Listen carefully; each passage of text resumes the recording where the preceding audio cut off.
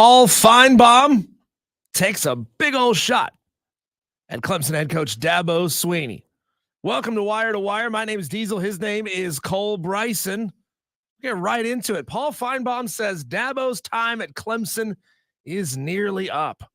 Ooh, fighting words from Paul Finebaum. I know a lot of you don't have a lot of respect for Paul Finebaum, but the dude is a legend in the sports world. He's certainly an SEC homer. As many people called him an Alabama homer for years, didn't realize in any way, shape, or form, Cole, that he's actually a Tennessee grad. Paul Finebaum is smart enough to know that whoever is the dominant school in the SEC, that's who he's going to cheerlead for at the time. I don't know what to say. In an article posted on On3 Sports, Paul said that he's spoken to many fans in the surrounding area of Charlotte, where he does his show live every day, and says, quote, "It is catching up to him as we speak, Dabo Swinney and the transfer portal." He said, quote, "People that graduated from Clemson, people that are Clemson fans, they don't think Dabo is going to be there for a long time. When I say long time, I mean 3 to 5 years. I think his time is nearly up." Woo, Yeah, buddy. 3 to 5, and Dabo is gonzo, says Paul Finebaum. That would mean that Clemson has a new coach before South Carolina does, because Shane Beamer's going to get a contract Because extension, we all know Ray Tanner doesn't fire anybody for anything. Come on. Yeah, the quote continues here. Quote, "He is falling so far behind. That doesn't mean that they can't have a good program. That is, if you call 9-3 or 8-4 or an occasional 10-2 a good program, but that's not the same school that went to 6 consecutive college football playoffs a few years ago, played for 4 national championships. I think that part of it is over." Wow. So a couple of things. Number one, I didn't know Paul Finebaum went to Tennessee. He did. I did not know that. Yeah. Learned something new today. They say learn something every day. He didn't need a boat out there on the Tennessee River. He just stuck his ears out and paddled. I love it. Yeah. So, you know what? Like, I hear this, and you and I have talked about this a million times, Diesel. What I wish Paul Finebaum would have done in this situation is give context to if he thinks, and again, he said he's heard, right? He doesn't have anything definite, but if he thinks that Dabo being gone from Clemson in 3 to 5 years will be a result of his choice or Clemson's choice. That's what I want to hear. That is a very key point to this. That would be a fantastic follow-up question that apparently whoever interviewed Paul didn't ask that follow-up question. Well, they say interview's over. Thanks, Paul. I guess. I mean, he talks about Dabo's outdated transfer portal approach and says, quote, "There is no catching up to the elite programs in college football at this point. If you missed a minute, you fell behind. He missed 3 years. He is way behind and is not catching up." So I want to do something, Diesel, and I want to take a stance.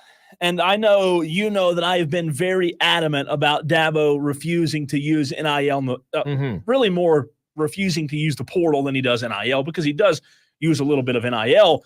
But while, Diesel, I have said many times, Dabo's refusal to use the portal is what's buried him, I do disagree with Paul Finebaum on one point.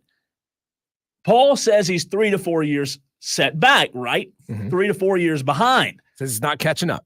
I would disagree with that, with what you just said, not catching up. So you think Dabo could catch up almost immediately I think if he Dabo could. changed his mind and said, you know what, we're going to do the transfer portal, whatever that means, right? Yeah. If that means he's going to go out and get 3 or fewer, if he's going to max it out and say no more than 3 transfer guys per season that we'll bring in via the transfer portal, you think Dabo Swinney could catch up like that? I'll tell you why. Before the portal entered the college football landscape, Diesel, you had to use building blocks to build a program. Sure. You had to get recruiting classes in. It took time. And that's what he's still trying to do. You're exactly right. That's what he's trying to do. However, I will say I disagree in the sense of, while he is behind, I think it would be a strong catch-up, a fast catch-up, because if he were to use the portal effectively in addressing needs, you can plug and play so quickly nowadays, like Brad Brownell has, like Mike Norvell did at Florida State. Mike Norvell's roster last year, Diesel, as good as it was was not built by culture and building blocks and recruiting classes. It wasn't. It was built by the portal. And if Dabo would enter into the portal and get his feet wet and allow the portal to impact Clemson in a positive way, I think Clemson could be right back at the top almost instantly. Well, I mean, you know as well as I do, Cole, a lot of these guys go where they go just for the money. And Sure. if the money is there, if Clemson was making competitive offers to players that they wanted, that they deemed were good enough, because remember last week Dabo said most of the players in the transfer portal are not good enough to play at Clemson. That's bogus. That's a load of horse manure. Everybody knows it. I mean, we all know when we're being fed a line of Dabo BS. I saw people say he's just messing with people. He's just yanking their chain. Well, yeah, we know that, right? People aren't stupid. They know that Dabo is yanking people's chain with these lines. Like they're not everybody's good enough to play here. Or we have a roster full of transfers. They all transferred here from high school. We all get it. It's just there's a lot of people who aren't buying it. I think anymore, Diesel, right? I think Dabo could use the money and get players almost instantly, just as any school that was offering competitive offers, the kind of offers that Florida is using to get portal guys, the kind of offers that LSU is using to get portal guys, whoever. That's where I was going.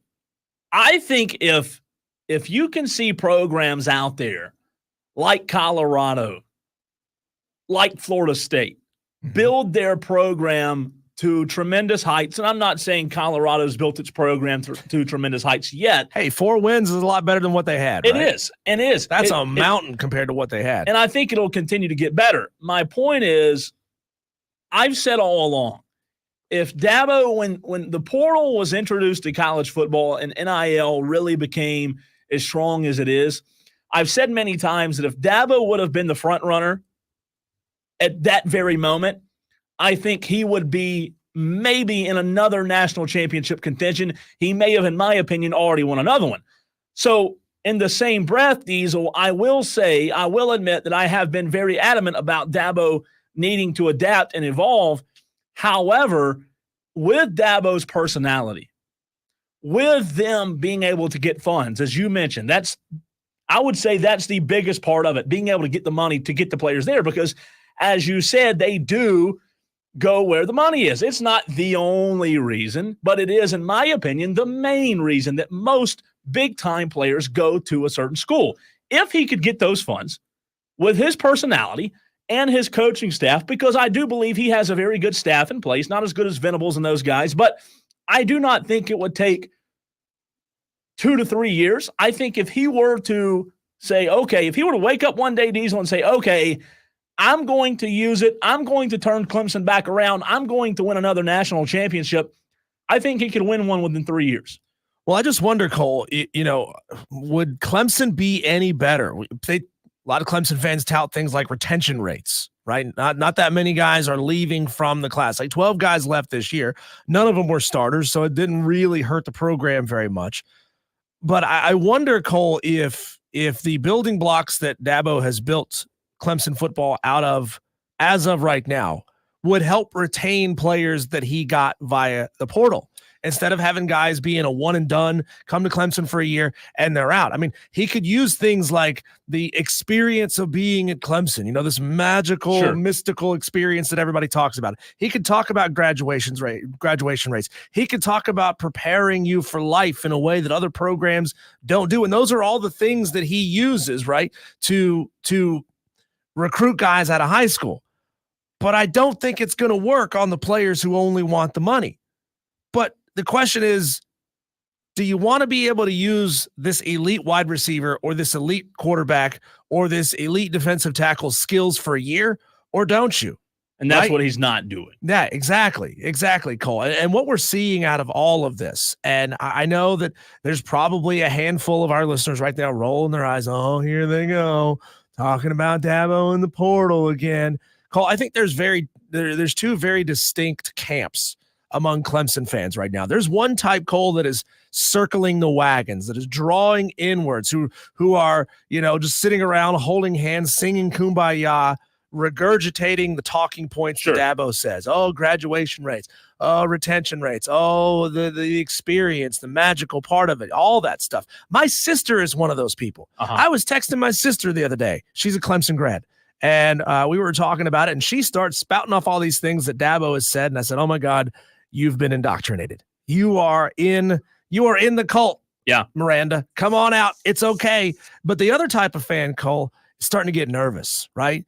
There's that group of fans who are slowly transitioning, Cole, from expecting Dabo's culture to work, who are now just hoping that it works. Yeah. And I think that's where a lot of Clemson fans are. It's a very large, it is, and very quiet majority who aren't saying these things out loud because, Cole, I've experienced it in the last 24 hours. These Clemson fans who will get nasty if you say something they don't like about Dabo Swinney. Cole, as a matter of fact, I'll tell you this story. I know you're taking a phone call. Looking forward to getting this phone call on the line here in just a minute, Cole.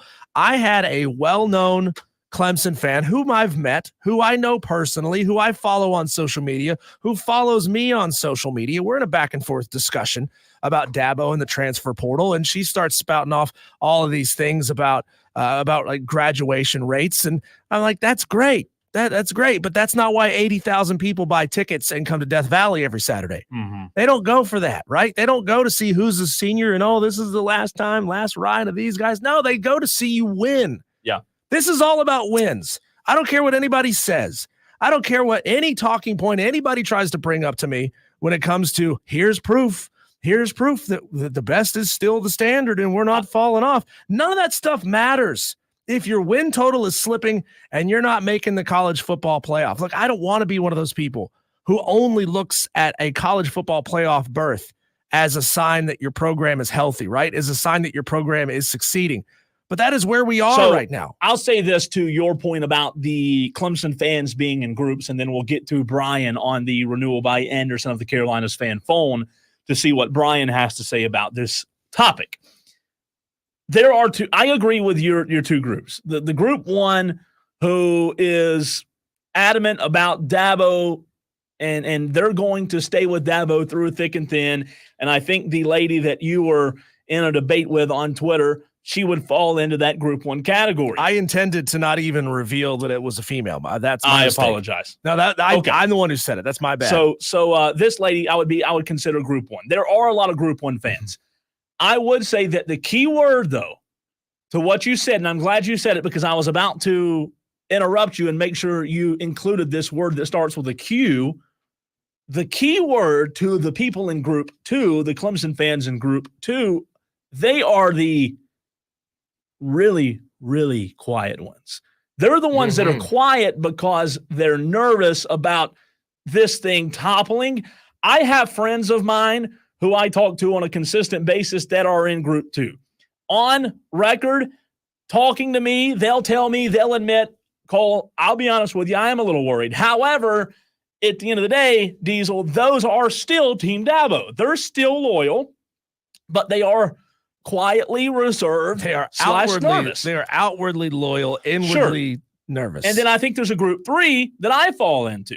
And those are the ones that don't care if you upset the majority of the fans. I would say it's a very minority group that I'm in, Diesel. Yeah. That you're right. Outspoken and do not want to conform to, well, Dabo, you got to stay with him through thick and thin. Let's give him 10 more years. And yeah, he doesn't need to use the portal. I don't agree with the people who are 1 or 2. I find myself in 3, and I think more Clemson fans should be. I ask you this question, Cole. Take away all of the obviously despicable Jerry Sandusky things that happened at Penn State. What happened to Joe Paterno's last 15 years at Penn State? They fell off, and they fell off, and they fell off, and they entered a state of irrelevancy that's taken almost 20 years to come back from. They're Cole. Still irrelevant. 20 years. And the scary thing, Cole, about group one, where we were talking about the fans that have circled the wagon and have gone very, very insular, and this individual that I dealt with last night. I mean, this was a fine, cordial conversation for a majority of the conversation. It was a disagreement, but that's fine. That's what social media is for. You're supposed to be able to have these conversations in a relatively public forum. It's the people who are attached to the message are available and are able to comment on this. But it was after the fact of trying to go over my head and tagging the president of the university and tagging the athletic director as if she's trying to narc on me to the middle school principal. Yes. And I thought, good God, how soft is group one of Clemson fans? If that's the way they react, you say something they don't like and they go and narc on you to the AD to what? I guess try to get our credentials revoked in the future. Sure. I mean, absolutely. how friggin' soft are you? 844-FAN phones the way you can get in touch with the show. 844-326-3663. Let's go to Brian, who wants to weigh in on our conversation. Hey guys, how are you today? Hey, Good, Brian. man. I am a Clemson fan. I have a few comments on the subject. Actually, the first is, I mean, if Dabo himself said they went after 3 or 4 kids in the portal, they just happened not to get them. So assuming that's true, I don't think he's got a hard and fast stance that I'm not going to use it at all. But Brian, they've used that same excuse now 2 years in a row. Are you telling me 2-3 years in a row they're going after players? See, I think they're making a very mild effort to go after players. They're sending extremely low ball, not competitive offers to be able to get somebody. You know what they all know what these guys are asking for. And they're saying, all right, we're not going to give you anywhere close to that. And if you don't take it, then we can say, well, at least we tried, but like he didn't really want us. Yeah, but I will say this. I think people are really overlooking this part. It doesn't always hurt to, I'm kind of middle of the road. I'd love for them to pick up a great superstar in the portal that helped us, but I'm not on I'm on the fence, I guess. I'm not strongly either way, but I will say this. He gets to do what no one else in the country can do. He could sit in a superstar kid's home and look his parents in the eye and say, look, if, after 3 years, when it's his time to play, I'm not going to yank somebody out of the portal and drop them in front of him. And I think that's going to help his recruiting. And maybe it doesn't. It's kind of a test, if you will, or whatever. He's an experimentation, I guess I should say. But I don't think people should rule that out, that's a powerful thing to be able to tell kids, I'm not, when it's your time to play, your 3rd and 4th year, I'm not going to bring somebody in and drop them right in front of you unless there's some huge deficiency. Brian, I'll let you finish in a second. My only pushback is, and by the way, I've made no bones about it. I've grown up a Clemson fan as well. However, I want to ask you a question, and I ask this question not only to you but to our entire audience. If Dabo for 2 years in a row now has said, we've tried to get players in the portal, but they haven't come to Clemson, how can in the same breath you say, well, Clemson sells itself? Well, I mean, Clemson does sell itself to a certain type of kid, but Sure. Like Dabo said, the kids that are after the money, they're not coming to Clemson. It's just that way. Kids aren't the same. It's not the same landscape as it was 5 years ago. Clemson absolutely sells itself when the almighty dollar is not the number one thing. But when it is the number one thing, it doesn't matter what university it is. They're going to go to the highest bidder. Well, and that's the way it is. Brian, Clemson has now 2 years in a row sat outside the top 10 in recruiting. And that is a testament to what Dabo's got to sell, to say you're still reaching 11th. It's been exactly 11th 2 years in a row in 2023 and 2024. That's one hell of a thing to say, that despite not throwing a ton of money at these guys, Dabo's still got the 11th ranked team in the country, or the 11th ranked recruiting class in the country. What I'm saying is that's not good enough to go out and win you national championships, which is the standard that fans expect, right? You're right about that, but the number one thing that sells recruits is winning. Sure. That's why Georgia recruits number one every year. If Clemson were to make a really good run a couple of years in a row, I think you would watch their recruiting go right back up to top 6 or top 7. I mean, it's at the end of the day, people want to go where they got a shot to win at. So, and I agree with you, Brian. And the only thing that I'll say is, and number one, we appreciate the call, but number two, I would say this. You said it, and you're right, Brian. You are right. Being able to look a player and their parent in the eye and tell them that they're not going to get jumped in front of, yes, that's valuable. Yes, that's important. But I asked the question, does that translate to national championships? Like when you look at the entire pie of what it takes to get to a national championship, you've got the pie cut. You've got to have this. You've got to have that. You've got to have this. Is one of those pieces in the national championship pie being able to tell kids that they're going to not get their job taken? I don't think it is. Yeah, but Cole, that is I don't buy that narrative. I don't buy that storyline. And we've heard it many times by many listeners and texters and people responding to us on social media. Coaches have been promising playing time to student athletes since recruiting started, right? Like you don't recruit somebody and say, well, we're just going to sit you on the bench for 4 years. No, you recruit somebody and say, we think you're good enough to play here. And what almost always happens, Cole, somebody better than you beats you out for the job. And I think there is no such thing as a promise of playing time. There's not in this sport. So I don't want to hear that narrative. That means nothing to me. So but that also something that Brian did say there, Cole, is he said, well, if we have another great season, maybe we can get back up there in the recruiting rankings. That's exactly what Paul Finebaum is talking about. He said, you've fallen behind. You missed a minute in using the portal to recruit. You've fallen behind. So there's no catching up. The only thing I would agree with Brian is when he talks about what you just said, Diesel, in terms of, I hear you as well when it comes to getting the recruiting classes back and needing to win. Winning does fix everything. Winning does cure a lot. The only thing I would say is when Brian talks about being able to look that kid in the face, I think what Brian means is Dabo can say, other coaches tell you that, but I live by it. And I understand that, like, I'm playing the devil's advocate of my own argument. I understand that, in my opinion, like I just said, I don't think that equates to winning national championships. However, if that's what you're preaching, I do believe people buy it because Dabo can say, look, I know other coaches promise you that, but I'm going to ensure that it doesn't happen. Look at my track record. I don't even use the portal. I'm not saying that's right. I'm just saying I think that's what Brian means by that. I just think, Cole, there's a difference in hoping the chips fall the right way for you versus doing what it takes to go out and get it done. I agree. I completely agree with you.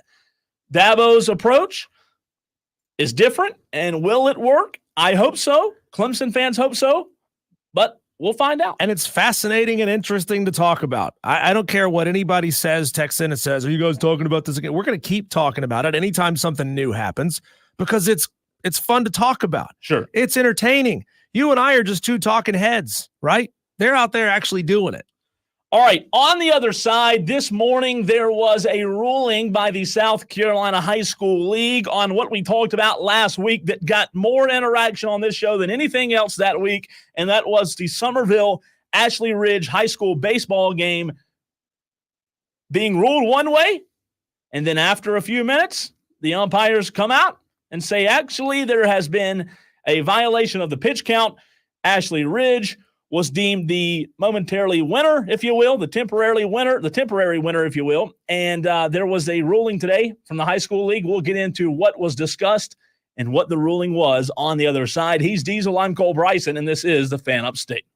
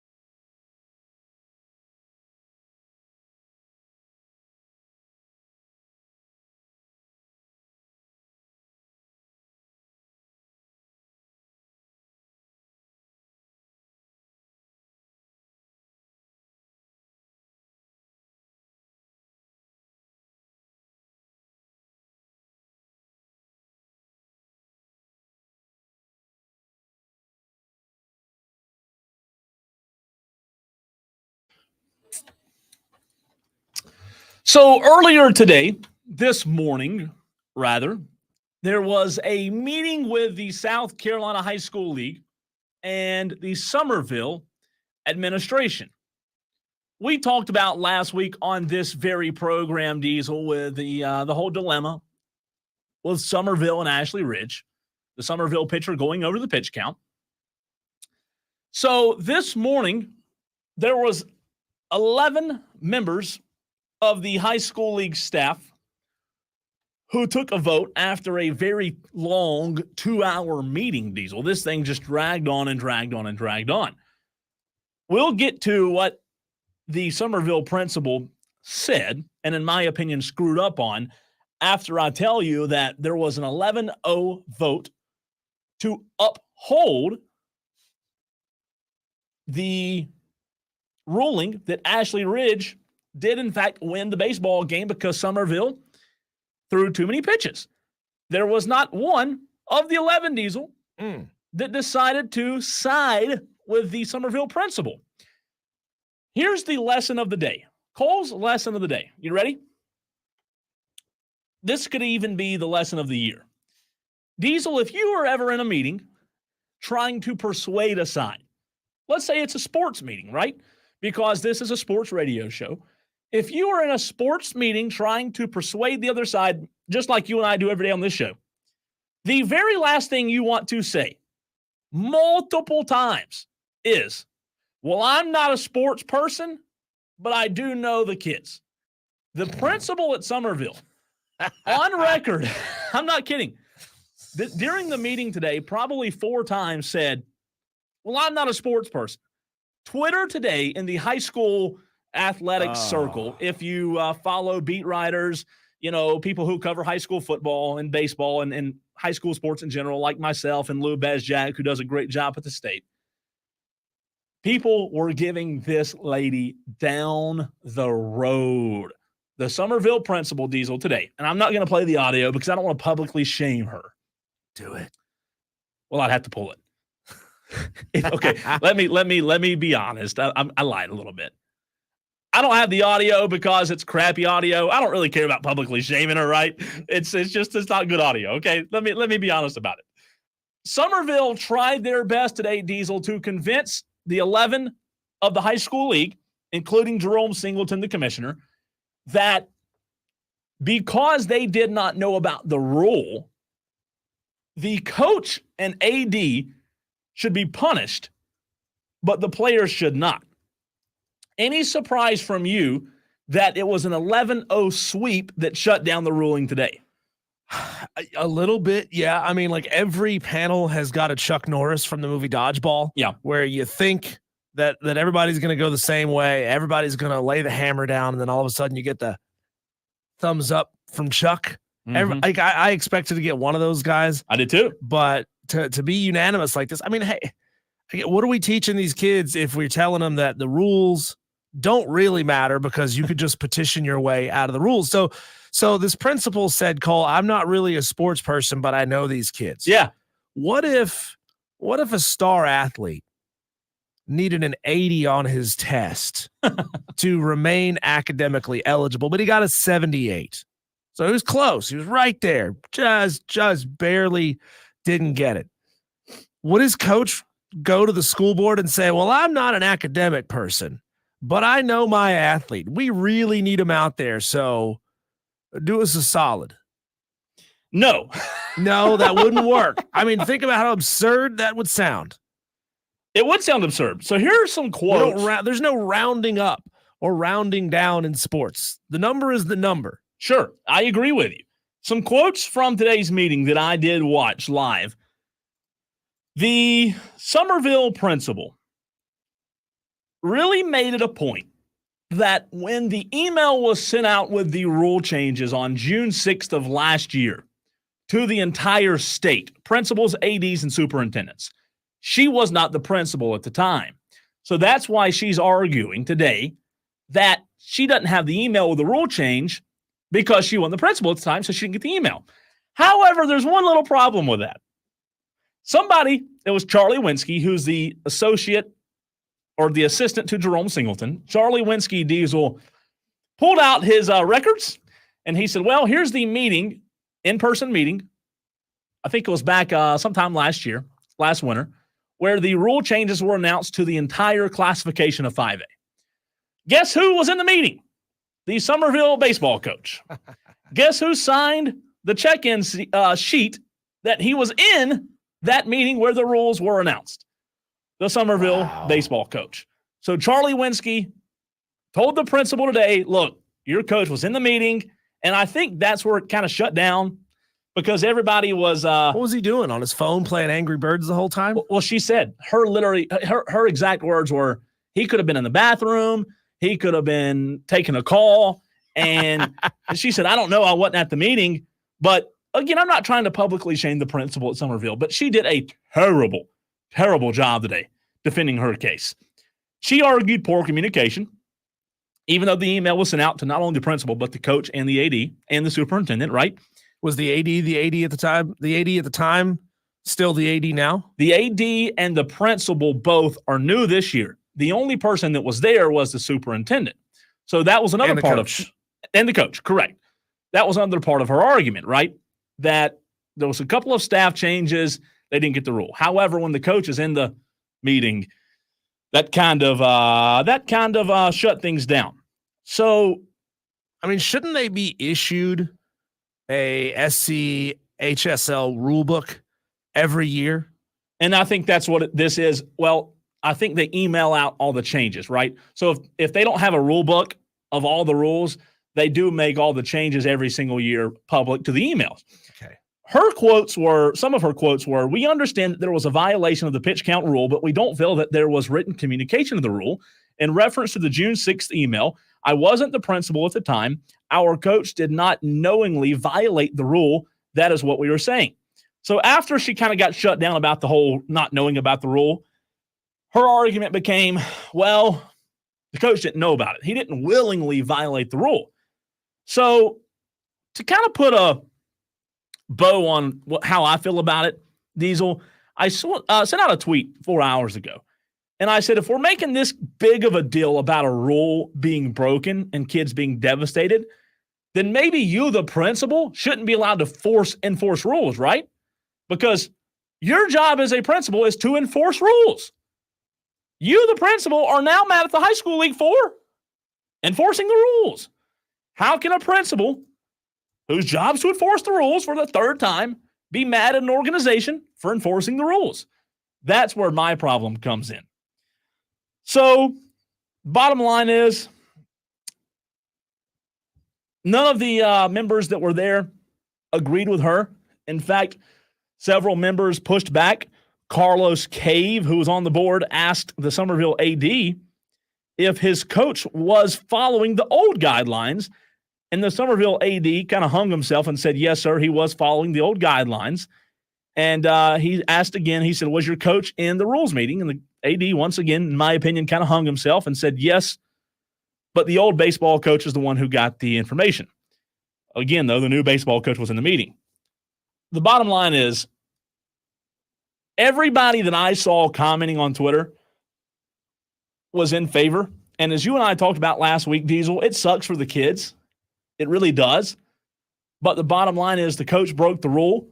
Life isn't always fair. You know, you're not always going to get what you think you should have in life. Welcome to life is all I have to say. Cole, how many times do you think saying, quote, well, I wasn't alive in 1918 when the Migratory Bird Treaty was passed, so I didn't know that swinging a tennis racket at a Canadian goose was illegal, worked when somebody gets arrested by a game warden for swinging a tennis racket at a Canadian goose? Probably wouldn't go over too well, I would imagine. Yeah. Ignorance of the law is not an excuse. No, it's not. It's not.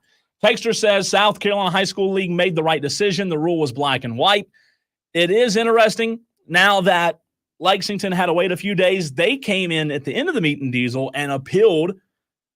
Lexington's point was, hey, we're now at a disadvantage because we've had to wait 3 or 4 days or whatever it was. Mm-hmm. That got denied and shot down. But it really is interesting. I'll put the system on trial. How about the Gamecocks, by the way? How about it? 6-3 over Alabama. Wire to wire. Bottom of the third. Alabama has runners on first and second with 2 outs. And there is out number 3. Threat has been expunged. Cole, this is fascinating. I know we didn't really intend to get into it in this segment, but if anybody is watching and a little confused, they have adopted, or at least are testing, the extended first base that you see in softball in the SEC tournament. So it's essentially a double wide first base. I didn't notice that. Yeah. I'll have to look at that. But how about the Gamecocks putting up a 6 spot in the third inning? Yeah. They were down 3-0. Now it's 6-3. Let's go to the Renewal by Anderson of the Carolinas fan phone. Christy from Spartanburg wants to weigh in on the Summerville ruling. Christy, go ahead. Christy from Spartanburg. Yes, I just have one question. My son and I were talking about this. Maybe you guys can clarify because it is not clear to me. My understanding was that the Summerville pitcher pitched on Tuesday and therefore would not have been eligible on Wednesday to pitch. But Wednesday was a rainout, and so he pitched on Thursday. Is the rule in question about rainout days or about consecutive pitches? The rule is games, not days. And maybe maybe that is where somebody has a valid point to go to the high school league and ask for a little bit of a rule change in situations like that. But the rule clearly states that it's games, not days. Great question, though, Chris. Gotcha. Thank you. I appreciate it very much. Absolutely. Y'all have a great day, and I love the new show. We appreciate you, Christy. We love our Lady Tolos. Thanks for calling in. Heck yeah. We love all of our Tolos. And remind me, just for specification, the ruling states that if you pitched any pitches at all, whether it's 1 or 100, you cannot pitch more than 75 pitches. Correct. The next game. That's correct. So he clearly the Summerville pitcher threw over 75 pitches in the second game. Yeah, but you know what? I was talking to somebody on Saturday. That's a long time to be left in a game. It is, but here's the question that was talked about Saturday. I was over at a spring game here locally in the upstate, a football spring game, and me and a few guys were talking about this because everybody's talking about it. And what was interesting was somebody said to me, and it was a great point, everybody's blaming the coach for letting him go over the amount of pitches, which is fair, but this isn't the MLB. Why was he only pitching why do you only throw 2 pitches the day before? Like, if you know your intent is, I'm going to need this guy tomorrow to win the title, to win the series and advance to the state championship, why do you only throw him out there for 2 pitches the day before? Yeah, we don't know. I mean, we don't know if it's situational, right? Yeah, situational. We don't know if he's a middle reliever, if he is a late inning like closer. I mean, I would imagine if he's throwing over 75 pitches, he's probably not a closer. He's probably a middle reliever, I would think, or a starter. I mean, you wouldn't start somebody and throw them only 2 pitches unless maybe, Cole, I'm just thinking out loud here, maybe he came in relief, only needed 2 pitches to get the outs that he needed to end the game, and then he started the next day and threw more than 75 pitches. That's a valid point. Valid point. Yeah, I'm just thinking through it and the possibilities here. Cole, when we come back, Tom Brady dishing out more harsh truth to this year's crop of NFL rookies. What did the GOAT have to say? Well, that's coming up next here on Wire to Wire. He's Cole Bryson. I'm Diesel. You're the Tolos. And this is the Fan Upstate.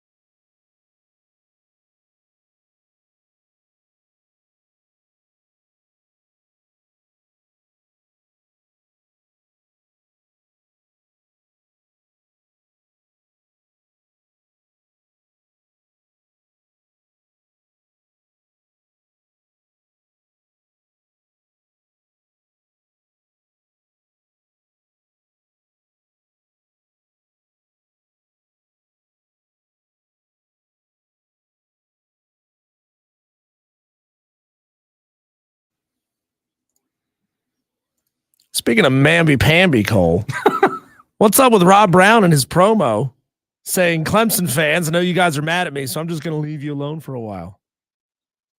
We don't do that here. He's right after it. Has Rob Brown upset the Clemson fans as We well? need details. Tolos, who listen to both shows. What does he call his listeners? P1s, I guess? I guess so. They're not Tolos, I'm sure, to him. Brownies? Whatever. What happened? Brownies. What happened on Rob's show? What did he do to piss off Clemson fans? Oh, brownies. That's Please a good help one. us out. I like that one. We need to know, but come on, dude. Come on. Brownies. You can't put it in a promo of, hey guys, I know you're mad at me, so I'm just gonna lay off you for a while. No, not us, not here. How Cole, dare you, Diesel? What was the word? Demonize him like that. demonize, yeah. Cole, here's some fantastic audio we got yesterday, late in the show yesterday. I wanted to bring it to you today. Tom Brady was speaking to a crop of NFL rookies. May have been a young group of Patriots players. I don't know if it was just Pats players, if it was all rookies, but I did see Drake May in the mix. Cole, he had some words for them, and I want to play it, and then I want to analyze it.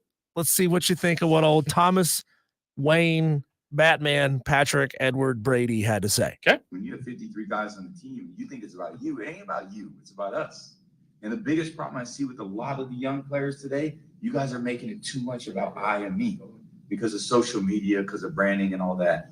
It's fine. You're not going to win. There was a difference between being a star and being a champion. Your talent gets you there. You know, That's Jay-Z, by the way. The discipline takes you to where you want to be. Every day of practice is important. You know why? Because when I was on the Patriots and we had 20 years winning, every day was a big day. I treated a preseason game, I treated a regular season like it was the Super Bowl. So when I got to the Super Bowl, it was just another day for me. I love it. I love what Tom too. Brady had to say. I do too. You know, hey, go out there and be an individual. Talk about talk about me. What can I get for myself? How can I increase my brand? That's fine, but you're not going to win. I love what Tom Brady had to say. But you know what, though? If you have a problem with it, here's what I'd say to you. He can say it because he's kind of earned the right to say that, right? He's done it. He's been to the mountaintop, 7 times? So I do too. I have no issue with it. I just wonder, Cole, these players have all heard play as a team, play together, talk about the we, not the me. They've heard that from all their coaches at basically every level they've ever played at, right? They heard it in college. They heard it, they've heard it from every coach. Mm-hmm. Is Tom Brady enough for it to actually sink in and resonate with some of these players? I think for a lot of them, yes. I'm just trying to imagine who's in that room who really needed to hear that. Right? The star player who never really won anything. Remind me, who was he talking to? He was talking to a crop of NFL rookies. Gotcha. Like I said, I'm not sure if it was Patriot players, or just Patriot players. But again, Drake May was in the room. He was shown on camera. So I would imagine it's either some form of a quarterback's camp or it's some form of like a rookie orientation type event. Something like that. I mean, it was really unclear as to who all was in that room and why. Again, we could probably go back and look it up and see. Jay-Z was that other voice that you heard in the room. But yeah, I mean, there would look like there was probably 25 or so players in that room. And Cole, you have to assume there's at least a handful, 7, 8, 9 of those uber talented star players who were just selfish as hell and never won anything. And I wonder, out of those 8 or 9, whoever it was, how many could Tom Brady actually reach? If their coaches couldn't reach him, if their parents couldn't reach him, can Tom Brady reach him? Well, I hope that, because what he said's true, I hope that message continues to spread like wildfire because he's exactly right. And he said nothing wrong, in my opinion. And you know what? I think they need to record that and have it every year for every rookie. Like every rookie. Yeah, absolutely. Paint that bleep on the wall, would you? Real quick scoring update before we hit a break. We are in the bottom of the fourth inning in Hoover. South Carolina versus Alabama in the SEC tournament first round. South Carolina put up a 6 spot in the third inning to take a 6-3 lead over the Tide. And Alabama's now at the plate, and they have the corners covered after a base hit with 1 out. So Bama trying to rally back. Speaking of baseball, Clemson baseball begins on Thursday. We'll talk to Don Munson, the voice of the Tigers, director of broadcasting, next.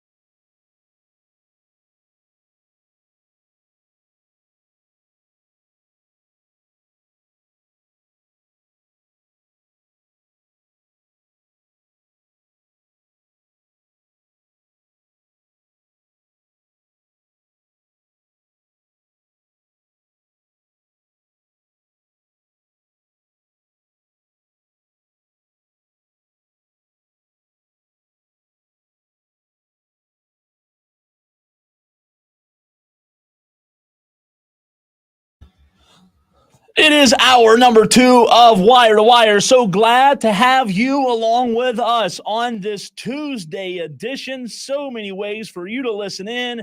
And as we teased, coming out of the very last segment, we want to bring in a good friend of the show, Director of Broadcasting at Clemson and the play-by-play voice of the Clemson Tigers, Don Munson. Don, number one, we appreciate you hopping on with us, but I want to start with the ACC baseball pool play. The way this new bracket is designed, if you will, a little bit different than what we're seeing with the SEC tournament. How does Don Munson like this pool play? Well, I mean, it's not necessarily new. The conference has been doing this for a while. It's not like this is just the second or third year of this. So they've been involved in this for a while. You know, this is the way that the coaches elected to do this. This wasn't a league. It wasn't a league mandated thing. It was actually something that the coaches inside the league voted to do. I think it's pretty cool. I understand it is very confusing. I get that. I mean, we're already into that. Clemson, because of Miami beating up on Louisville earlier today, knows that Friday's game means absolutely nothing. Everything relies now on Thursday. Clemson wins that game, they're automatically advancing on to Saturday. So sometimes you got to just educate yourself a little bit about how this bracket goes. Personally, I kind of like it. It saves pitching. It doesn't put a lot of wear and tear on you as you head into the NCAAs. Hi, Ike is Don. Thank you for joining the show with us today. In each program's individual own rights, Don, what program would you say is the healthiest on Clemson's campus right now? A program that's just clicking on all cylinders. Again, it's difficult to compare football to baseball to soccer to women's softball, but which in its own rights is the healthiest? Well, I think it's men's soccer. I mean, they just won a national championship, so I think, and they've won 2 out of the last 3. So I think you definitely have to say men's soccer as far as you're just looking for, right, for what you know, as I take that question. So I would definitely say it's men's soccer. And I don't think that anything else is really even close to that, to be perfectly honest with you. Hey, Don, as we look at the Tigers, as they do have, in my opinion, some favorable matchups coming up on Thursday, do you still have concern about the pitching with this group, or is that something that, in your opinion, is being talked about too much? Well, I think maybe it's being chatted up a little bit too much, and I've mentioned this on air. If you go and look at just ACC stats only across every team in the league, and if I were to ask you how many teams combined in the league have an ERA of under 5, not 4, not 4.5, but under 5, do you know the answer to that? I do not. It's 1. It's Clemson. One team has a combined team ERA inside ACC play only that's under 5. So, you know, this isn't something that's just kind of, and by the way, Clemson is number 2 at like 5.13. North Carolina has 1 at 4.7, maybe 4.8 now, something along those lines. But so I think that's the other thing, is that because it's, you know, here in the area and we get a lot of chatter about it. Now, has the bullpen been bad? Yeah, the bullpen's been bad. But I think we've started to see some things where they've turned and starting to come out of it a little bit.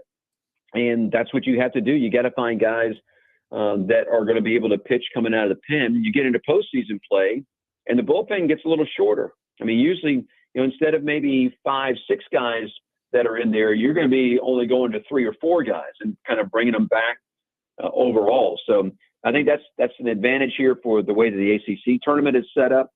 Regional play, man, you lose the first game in regional play, then you're in big trouble, because now all of a sudden you got to win 5 games to get out of a regional, and that means you got to use a lot of pitching. But once you get to the super regional, and even when you get to the College World Series, and basically now the College World Series, because of the way that it's spread out, as long as you stay on the winner's side of the bracket, you basically need 2 starting pitchers, and then kind of rely on maybe 2 or 3 guys that can come out of the bullpen. Don, given all those pitching issues, where do you feel like this team needs to be offensively as far as, you know, runs per game, and how confident are you that they'll be able to get there?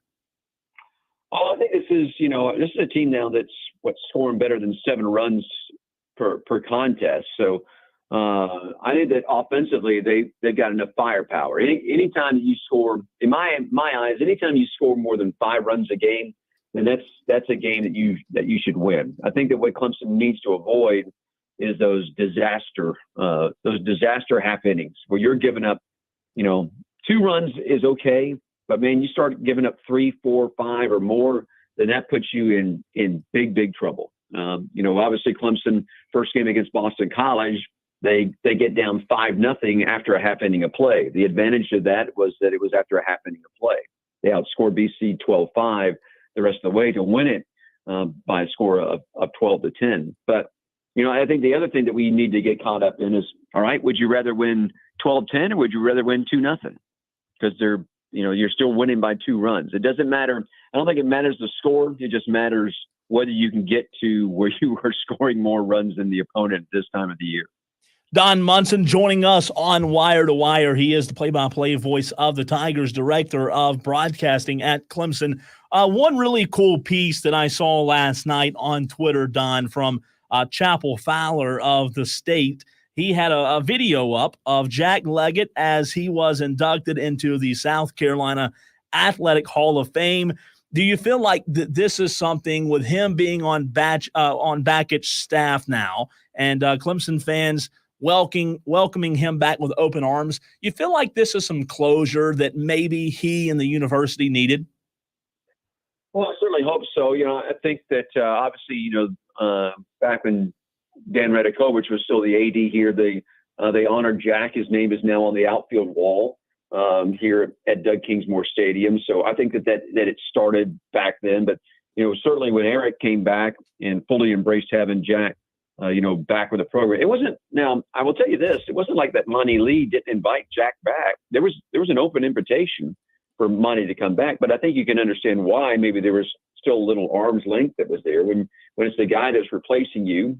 I think that then that's a little tough to overcome. And but you certainly hope that way.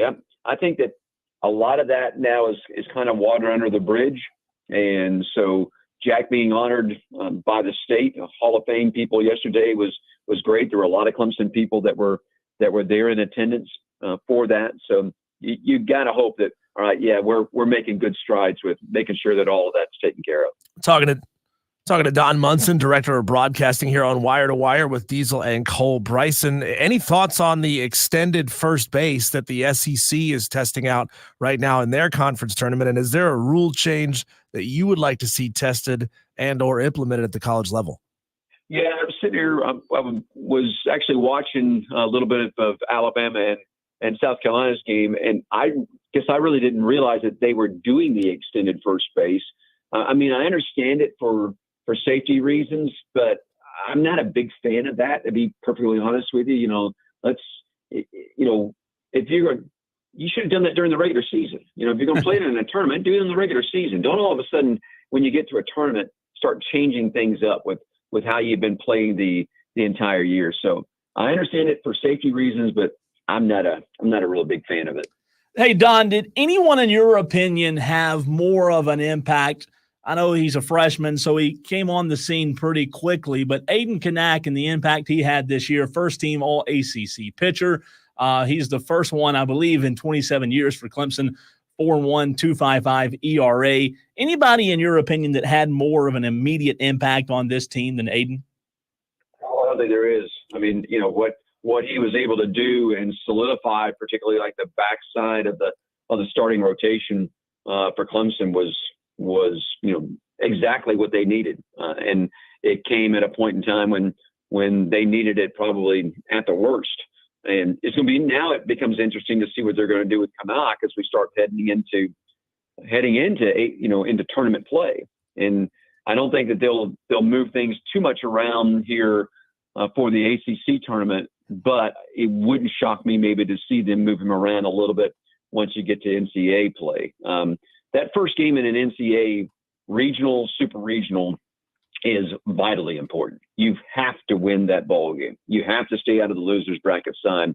You have to win that ball game. It just gives you such a foot up in things, and it'll be interesting to see exactly how they do go about using him from that standpoint once we get to NCAA play. Don, I'm going to put you into a bit of an uncomfortable position here, but if you are Graham Neff, how do you react to some of the things Dabo said last week, that you portal players probably aren't good enough to play at Clemson and that we have a roster full of transfers? I mean, I know fans can believe in Dabo all that they want to, but is that a little bit of a bad look for the program as far as what some incoming high school players, high school transfers might think of the school?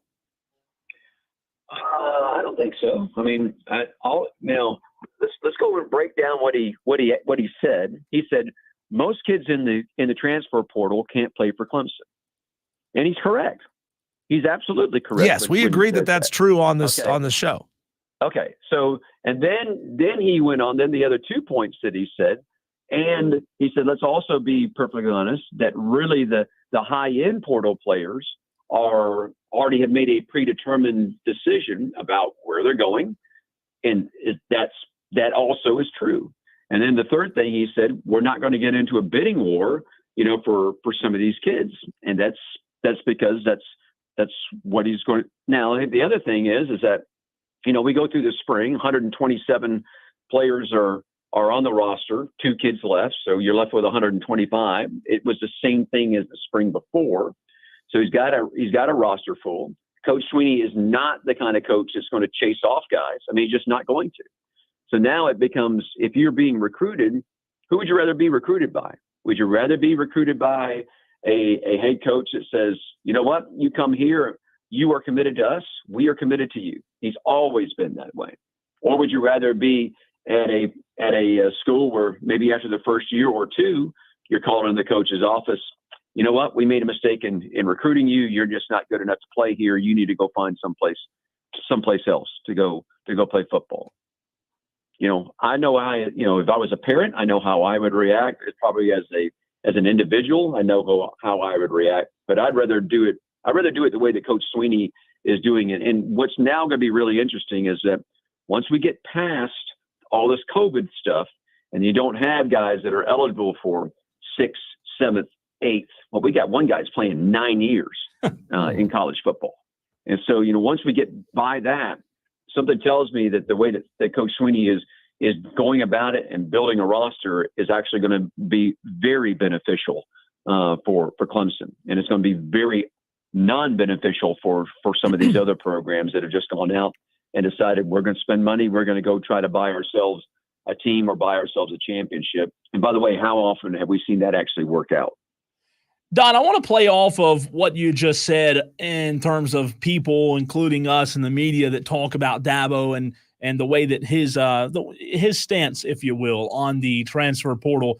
Do you think that the criticism, for the most part, is unfair, or would you say that there is some of the criticism towards Dabo in the portal that is fair? Well, I mean, I think the other thing is that I think that people think that Coach Sweeney has banned the portal. Yeah. And, from a club, that's not the case. He has gone and chased portal guys. But as he says, they have to make a decision that they want to come to Clemson. And they, for whatever reason, when Clemson's been chasing some portal pieces, they've never been able to, really get that piece of the puzzle here. And so it's not like that he has not been willing to use it. He's been very willing to use it. It's just that match, for whatever reason, hasn't happened. And so now, because of, and particularly when the article comes out this year, the 4 schools that have 0 portal players on their team. All right, so you have Army, Navy, Air Force, Clemson. Then Clemson really sticks out more as a sore thumb from that aspect. But that doesn't mean that Coach Sweeney is against the portal or is against using the portal. He's tried to use the portal, and for whatever reason, it just has not worked out. So, Don, I've questioned many times on this show if Clemson is making what I would say competitive offers to get the portal players that they want. I mean, the first thing that people look at when it comes to competitive offers, are they matching dollar for dollar? And obviously they're not. That's the policy that they've chosen to take. Can you walk us through or give us a sense of what Clemson offers to players that they want in the portal that is just not getting them to sign on the dotted line? I have no idea what the answer to that question is. I'm not privy to that information. That information has not been shared with me by Coach Sweeney and his staff. All I know is that I can tell you they've gone out, chased portal guys, had them in for visits, as a matter of fact. Have had guys come in, long conversations, on telephones with moms, with dads, with individuals, that all of that has taken place out there. But for whatever reason, there just has not been a match. And so there will be a point in time where it will be a match. It will happen. Yeah. It's inevitable that it's going to happen.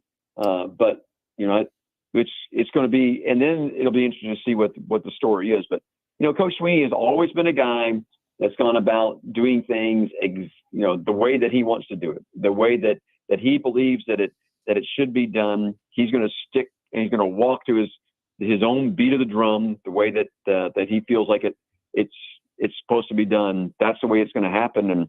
And people don't like that. I understand that. I mean, people don't always like the decisions that he's making, but I think he's been pretty successful in what he has done here at Clemson and what he's going to continue to do at Clemson.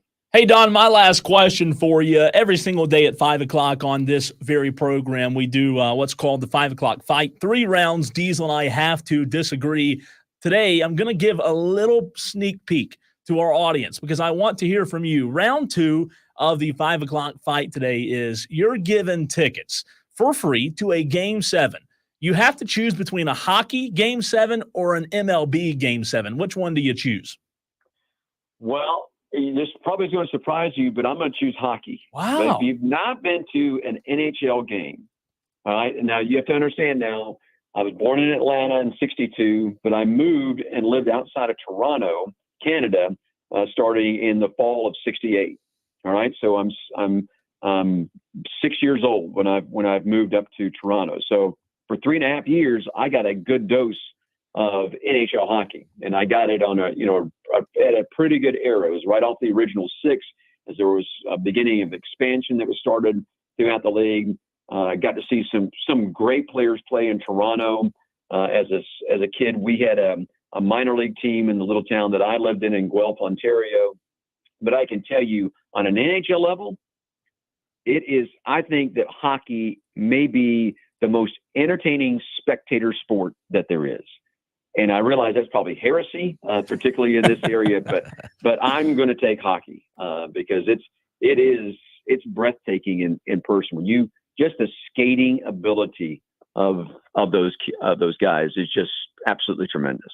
Hey, Don, in the spirit of sneak peeks and teasing the audience, coming up in the next segment, we're going to power rank the 5 best SEC and ACC quarterbacks going into the season. And Cade's not on my list. In fact, he's not particularly close to being in my top 5. Tell me why I'm wrong. What have you seen from Cade in the offseason that would suggest that some of the footwork issues, some of the decision-making issues that plagued him last year have been alleviated? Can you give Tiger Faithful something to chew on here for the next couple of weeks that says Cade is turning things around this year?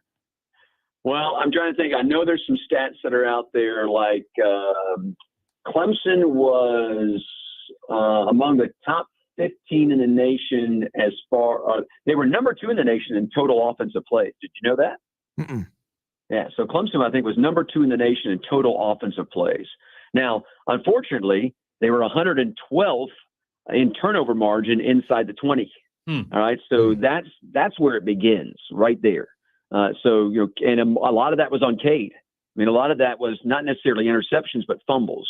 And there were obviously some running backs that also coughed it up and some wide receivers, but most of that was certainly on Cade. Certainly the disastrous stuff where it seems like, somebody would come off the blind side and hit him and the ball would pop loose. I mean, just take us back to Florida State. I could still see that play. Close my eyes and I could still see that. So I think that part of it is, and I don't have a problem with him not being in the top 5 at this point in time, but something tells me by the end of the year, but when this season is all said and done, that maybe and probably that 5 is going to change for you. That believe me, there's going to be more movement inside that top 5 probably than you expect. Don, fantastic stuff as always. We really do appreciate you taking time to hop on with us and talk Clemson athletics, man. Appreciate it. Always glad to spread a little gospel of the Clemson Tigers. We appreciate being on with you guys. And, hopefully Clemson baseball will do some special things this weekend, but really looking forward to when next weekend gets here, we kind of get cranked up in the NCAAs. We're going to have a lot of South Carolina teams, I think, that are going to end up being involved in it, or a good mix at least, to make it very interesting in that first week of college baseball. Absolutely, Don. You're the best. Talk to you soon. That's Don Munson, Director of Broadcasting at Clemson University. Always a fantastic interview.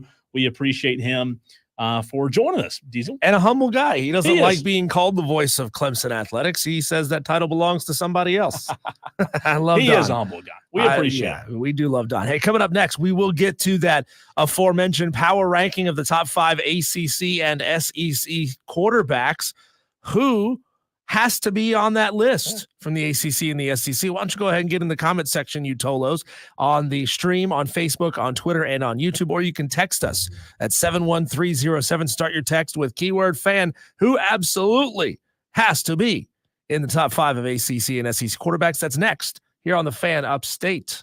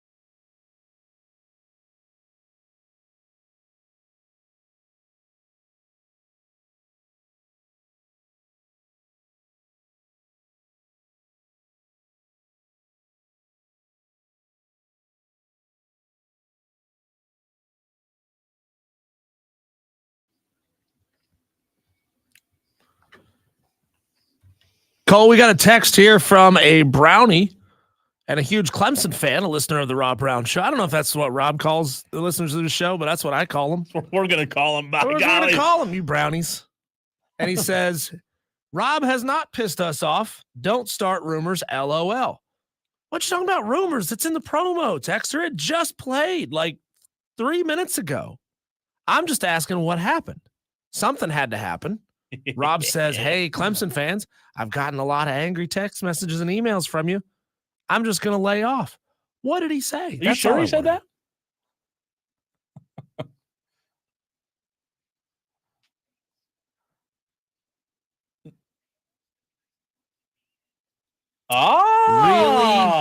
We're starting rumors, Diesel. Really, Texter? We're starting rumors? Again, I just want to know what happened. Any of you Tolos listening to the show, listening and on the stream, maybe? JD, Spur Daddy? He's done pissed them off. Madcraft, can any of you lay some light on this? Shed some light on what happened this morning on the Rob Brown Show? I genuinely want to know. You know, you can use I don't think Rob Brown has it in him to piss somebody off. You think so? No, you can use he's like a golden retriever. You can use the rewind feature on the Odyssey app. That's true. I could, but we're live doing the show, and I can't do that right now. That's true. So I just want to know. I just want to know. Hey, this is pro wrestling, right? Rob says everything he does is pro wrestling, and he's always out here trying to get people's attention. That's fine. I just want to know the answer to that question. Hey, Cole, here's an extra little note we haven't got to on the show yet today. This just popped up on my Instagram. Former Florida recruit Jaden Rashada is suing Billy Napier along with big-time Gators booster Hugh Hathcock and others, claiming that they defrauded him of millions of dollars by backing out of a promised $13.85 million agreement after the quarterback had turned down offers tied to other programs. Yeah. Oh, Billy's getting sued. Oh, Billy. We'll see if that lasts. We'll see. And hey. You Clemson fans who think that we're just all pro portal just for the sake of being pro portal, I understand you want to avoid situations like that. Yeah. You want to say, I don't want any part of that. And that's fine. I'm just saying, I don't think you can necessarily win national championships without using it a little bit. I'm not saying you got to do what they did. I mean, I remember that story. I remember hearing about the Jaden Rashada story and the offers that he was getting, and I thought, man, that's absurd. Like, I don't know about what's this quarterback's name who's at Tennessee who was offered like $8 million to come to Tennessee. I can't imagine that that's going to be a positive experience there. I can't imagine that they're going to do well with him. Stephen Webb said on the stream, he spoke the truth and fragile Clemson fans broke. About what, Stephen? About what? We need more details than he spoke the truth. What did he say? We're live doing a radio show. We can't go back and look this up right now. Can you help us out, Stephen? Can you give us a little more context, would you? Without any spin. Okay. Without further ado, Cole, let's look at our top 5 SEC and ACC quarterbacks going into the 2024 season. Obviously, Cole, these things are subject to change. Are they? They could. Don Munson said it. He goes, I have a feeling there's going to be a lot of movement in your top 5. And I agree with him. And maybe, just maybe, Cade Klubnik will end the season inside of your top 5. Hey, it's a big conference. What is it? 14 teams now in the ACC being in the top 5. It's pretty good. It's top third of the league. And hey, you can win the league easily with a top third quarterback. Call at number 5. I see. This is the dirty one. This is going to hurt Clemson fans. DJ Uiagalelei at Florida State. Yeah, he improved his downfield passing a lot last year at Oregon State. He had a tendency to throw it a lot in the flat at Clemson. I don't know if that was by design or if it was just because that's all he felt comfortable doing, but he has certainly improved his downfield passing as of last year at Oregon State. If Florida State can get 80% out of DJ Uiagalelei that they got out of Jordan Travis, he's going to be really good. So I don't have a ton of pushback on DJ. However, my issue is, Diesel, and correct me if I'm wrong here, isn't Florida State kind of looking around after the massive exodus with portal guys trying to figure out if they even – I mean, didn't they – I think last year – They have a roster. They have a roster. I just know they had a lot of guys leave, right? They're going to roll the helmets out there. And hey, if you – it's tough to live by the portal and die by the portal. It's a stressful existence if you're Mike Norvell. He's going to be a lot grayer here in a couple of years. As long as I have no pushback on DJU being in top 5, as long as DJU doesn't have to say this. Now, I met with the team. There is no team. I mean, he better have some good weapons around him. It's going to be John Travolta and they're looking around like, hey, what's going on? Yeah. Where is everybody? Where are the fast receivers? Cole, this is my controversy pick here, okay? I like using number 4 as my controversy pick. Grayson McCall is number 4 on my list of best quarterbacks in the ACC this year. I watched this guy play a lot. Yeah, phenomenal. He victimized my App State Mountaineers many times. Many times he did it. He was the 3-time Sun Belt Player of the Year. He was injured a lot with concussions in 2023. But outside of that season, Cole, he averaged 26 touchdowns, 3 interceptions, 6 of those touchdowns being rushing TDs when he was healthy. So I'm fascinated by Grayson McCall being in the ACC, and I'll tell you why. Sun Belt's a good conference. I want to see with my own eyes, can a Sun Belt quarterback be removed from the Sun Belt, placed in the ACC, and still be as productive? Yeah. That's what I want to see. He was electric. He was that guy who, when his team was up against the wall and it was 3rd and 12, somehow that dude would pick up 13 yards every single time. Yeah. And watching your team play against him is frustrating as hell. So I like Grayson McCall, and I think with better weapons around him at NC State than he had at Coastal, I think Grayson McCall is going to be really good in the ACC this year. Number 3 on my list, Cole, I've got Haynes King, who was at Georgia Tech, 2nd season there at Tech after transferring in from A&M, led the ACC in touchdowns last year with 27. He is very interception happy, though. 16 picks last year. He's got 2 years of eligibility left. I think figuring things out a little bit another off season. If he can keep his touchdowns where they are up there in the high 20s and bring his picks down to single digits, I think Haynes King will be very good at Georgia Tech.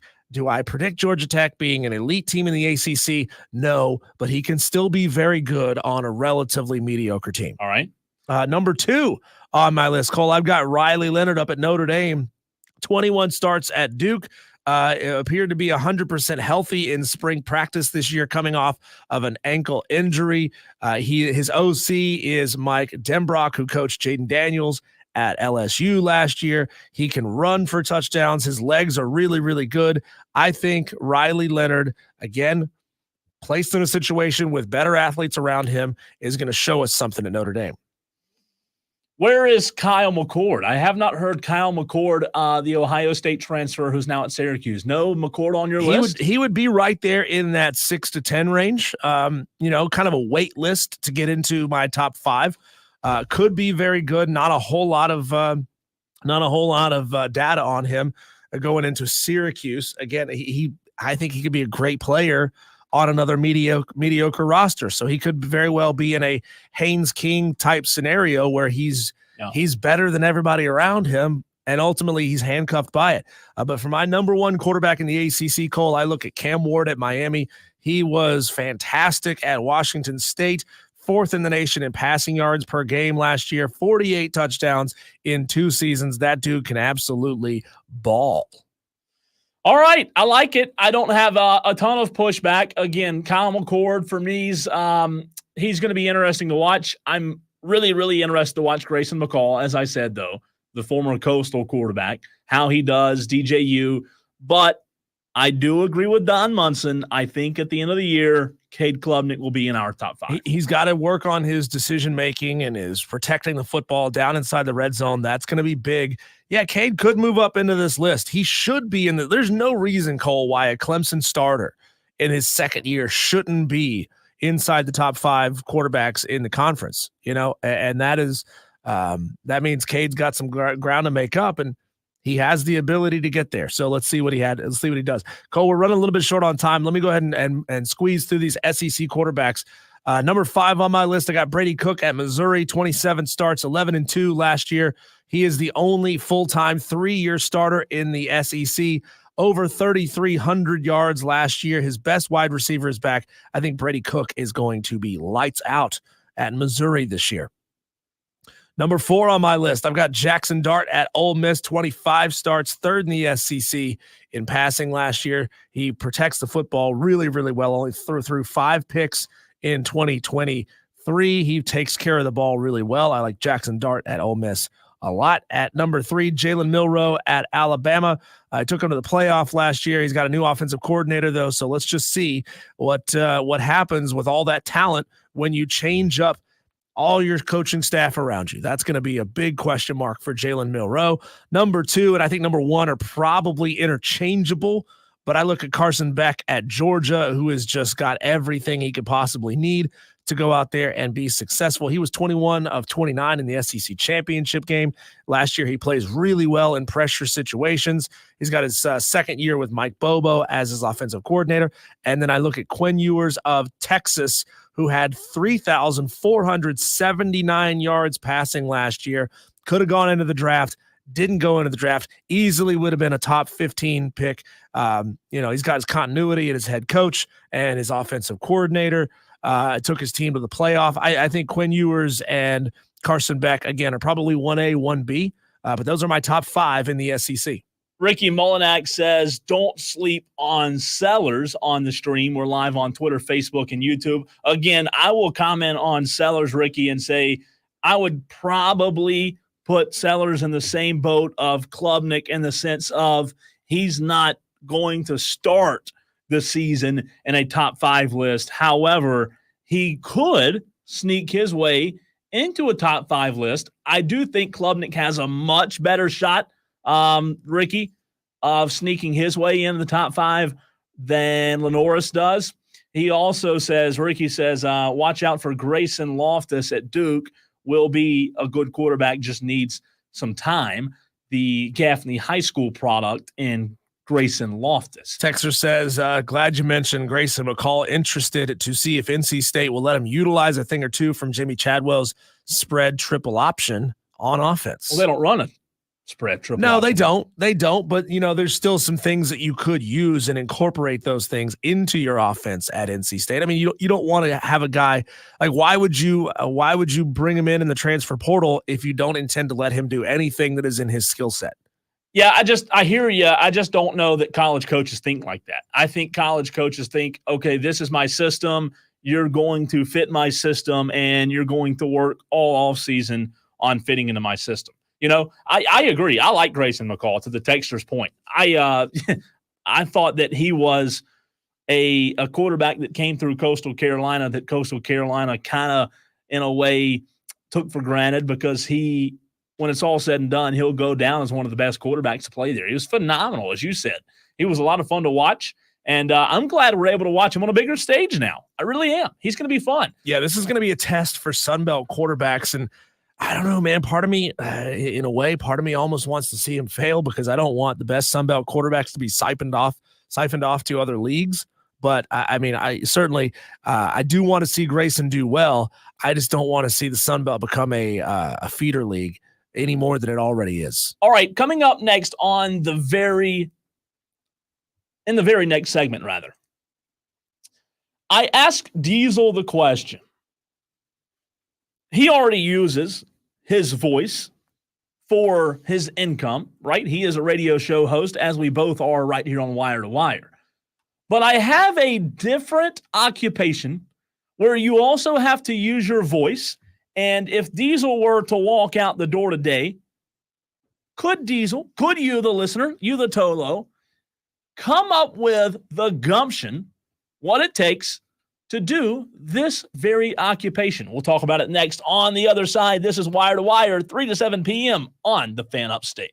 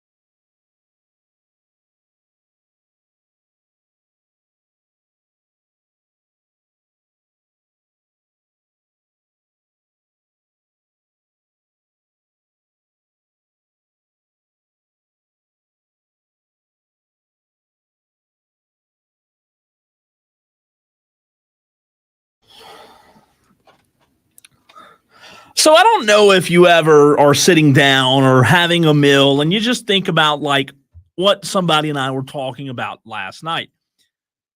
An occupation that you have no shot of doing now, but if you were to be given another life, if you were a cat and had 9 lives, do you think about like maybe in my next life I would try this? Because I do that a lot, right?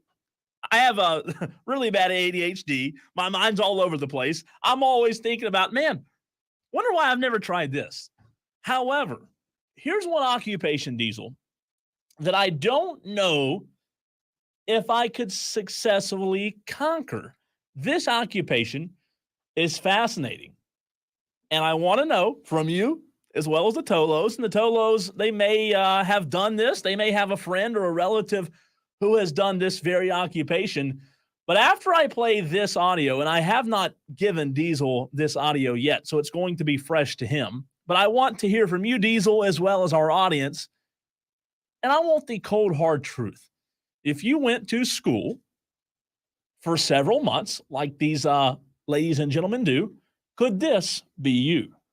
Better butter, but she said this butter's bitter. If I put it in my batter, it will make my batter bitter. So she bought a bit of better butter. Okay, you ready to have some fun? Here we go. Auction time. Get 10. I'm going to enough 25.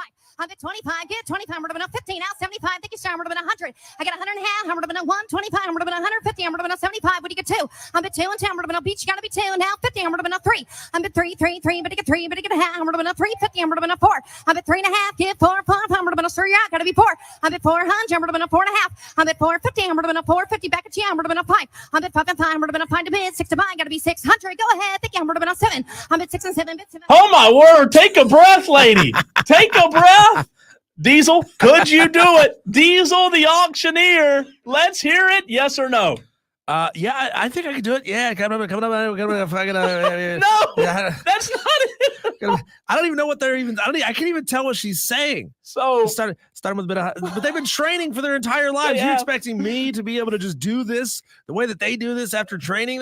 That's impossible. So if you man. went through training, though, you'd feel pretty confident? I think I could do it. Yeah. So I think here is how come we don't hear auctioneers at baseball games heckling the audience? Why can't we have that, right? Like, it's just imagine auctioneer day at a baseball game where the whole auctioneer school comes out and starts heckling the left fielder. That would You're be trying impossible. to enjoy a game, and all you hear is, I don't know that I can do What it. is she even saying? What is this? So, do you want me Are they to saying give anything? you a basic auctioneer chant? Yeah. This chant, this is like how they learn to successfully be an auctioneer, right? This is how they get to where they are now. That lady, by the way, who I was playing audio of, is phenomenal. So it starts with a basic auctioneer chant. You have to say the chant just in normal speed, Diesel. And then every time you say it, you have to speed up, but you also have to add filler words. So filler words are everything except for the numbers. Filler words are used to remind buyers of the last number bid and give buyers time to consider the new offer, right? Whether they want to bid higher or not. Think of filler words as carriers. The filler words carry the numbers, which are the most important part of the chant. $1 bid, now 2. Now 2, will you give me 2? $2 bid, now 3. Now 3, will you give me 3? $3 bid, now 4. Now 4, will you give me 4? So that is like the very beginning of an auctioneer's chant. You just heard me read that. But when I read that to you, and what I'm going to do is, Diesel, I have copied and pasted that chant on our rundown in this very segment so you can see it. That seems easy. I feel like you can say $1 bid, now 2. Now, see, I've already screwed it up. I just tried making it faster and I screwed it up already. It's harder than you think. $1 bid, now 2. Now 2, will you give me 2? $2 bid, now 3. Now 3. Now will you give me 3? 3. $3 bid, 4. What? How do they do this? How many Red Bulls do you have to drink to get out there and do this? You've got to be. You got to be perfect. Like, you got to be flawless. You've got to be crisp. Because if you mess this up, there is no getting back in the mix, right? No, like, you're it's one done. of those things. You mess it up, it's like getting a flat tire at 80 miles an hour. You can't just change it and keep going. JD says, as Eminem said in 8 Mile Hippity, who blah, I ain't heard a word you said, dog.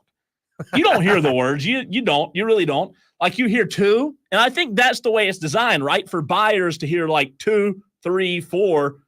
$1 bid, now two, will you give me two? $2 bid, now three, will you give me three? $3 bid, $3 bid, will you give me four? $4 bid, four. Can I get five? Can I get fives? Can I get five? Somebody over there on the left side of the room. Can you give me five? How about six? Can we get six over here on the right side of the room? We got six down here, the right side of the room. How about the back? Oh, there's seven way back in the back side of the room. See, I can do it. You can do it. I got You've this. already done it. I got this. And once you get a script down, like you're good. I got this. $1 bid, now two. Will you give me two? $2 bid, now three. Will you give me three? Four. I've already screwed it up. I can't do it. It's tougher than people realize, man. Like, it is tougher than people realize. A lot of people think they're singing, right? Because, like, the auctioneer chant has rhythm and almost a beat to it, like music does. Yes. But I think that steady rhythm and the steady beat is what allows them to keep pace. It's fascinating. I just don't know how long it would take me to get good at it. I feel like it would take me forever. I would like to hear from our Tolos, from our audience. That stands for Turn It On, Leave It On. That's what we call our listeners on this show. Do you know an auctioneer that does that? Have you ever met somebody, family, friend? Because I think one day during the summer we should have them on during the show. Cole, South Carolina has just hit themselves into bases loaded with no outs. 3 ducks on the pond, 3 birds out there on the bases. I like it. Top of the 8th, no outs, 3 South Carolina Gamecocks on base. A little insurance. They've already got the 9-5 lead against the 7 seed Alabama. You feel like, Cole, if they pick up a run or two here, that's pretty much it. It should be. Texter says, set the over-under on Red Bulls for an auctioneer at 8.5 and take the over, says a texter. We got 2 Red Bulls right next door in the office. We could slam those, and I'll bet you'll be great at it by then. Texter from the 590. I'm not going to read your text, but I appreciate the kind words. Very Double nice play for South Carolina. They do play to run, so now they've got a runner on third and a 10-5 lead over Alabama. Let's go. In a single elimination round 1 of the SEC tournament. The Braves would blow the lead if they had a 10-5 lead. Yes, they would. Cole, when we come back, it is time for you and I to go all Ricky Stenhouse Jr. on each other, throw punches, and do the 5 o'clock fight. That's on the other side right here on the Fan Upstate.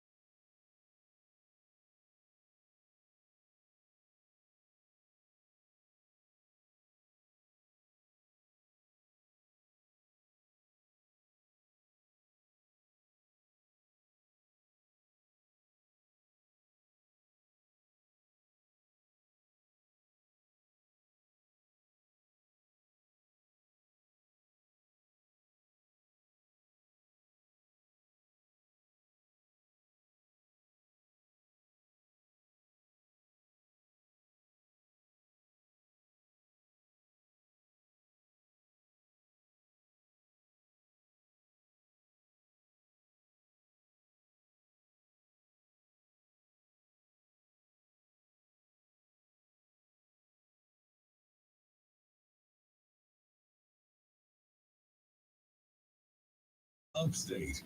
Each and every day, Cole, you and I put on our boxing gloves and we fight it out. Yeah, Not once, not twice, but 3 times.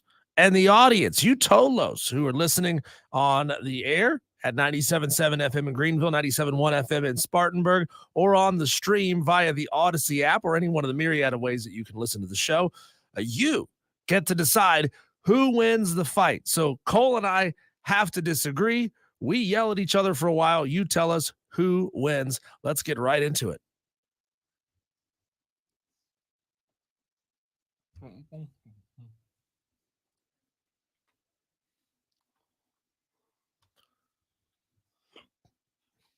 So there are 2 ways for you to tell us who wins each fight by texting in at 71307.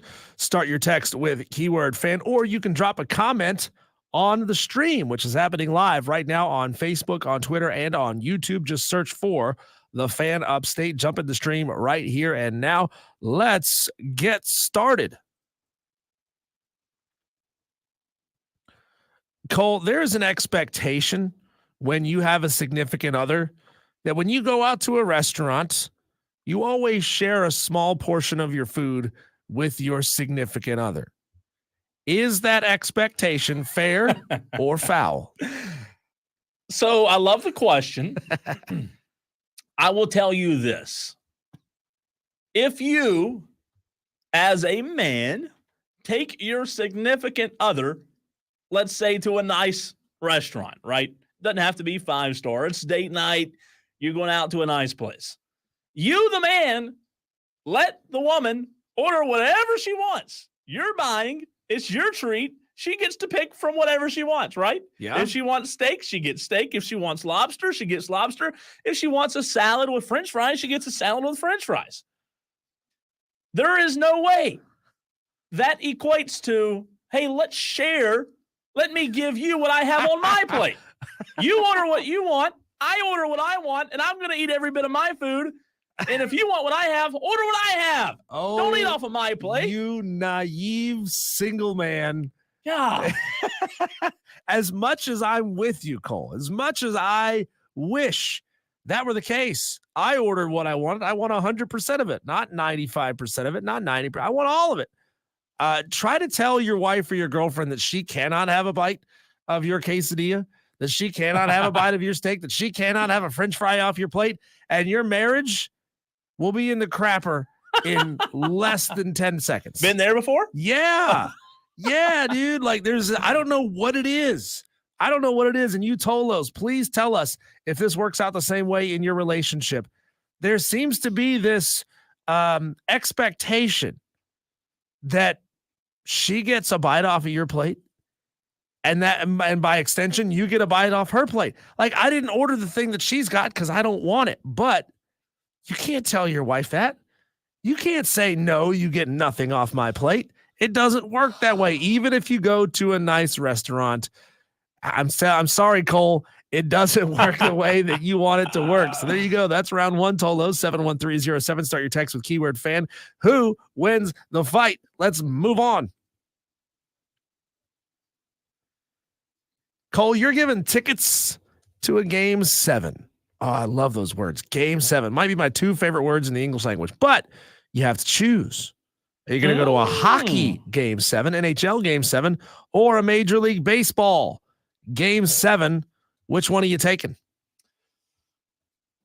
Diesel, I'm taking the MLB Game 7. I want to experience sitting in the stands, and I will really go out on a limb and say a Braves Game 7 because I love a playoff chop. Not the way they're playing this year. Well, don't get me started. There's nothing like a playoff chop. I love the intensity of in a MLB playoff game, literally the fans in attendance hanging on every pitch, on the edge of their seat. Every single pitch matters. Every single pitch is so important. If I have to choose between a hockey Game 7 and a MLB Game 7, as much as I enjoy hockey playoff games in person, I enjoy them, I'm going to say I want an MLB Game 7. I want to experience that feeling of hanging on your seat for every pitch. Hockey is better, Cole, for one very simple reason.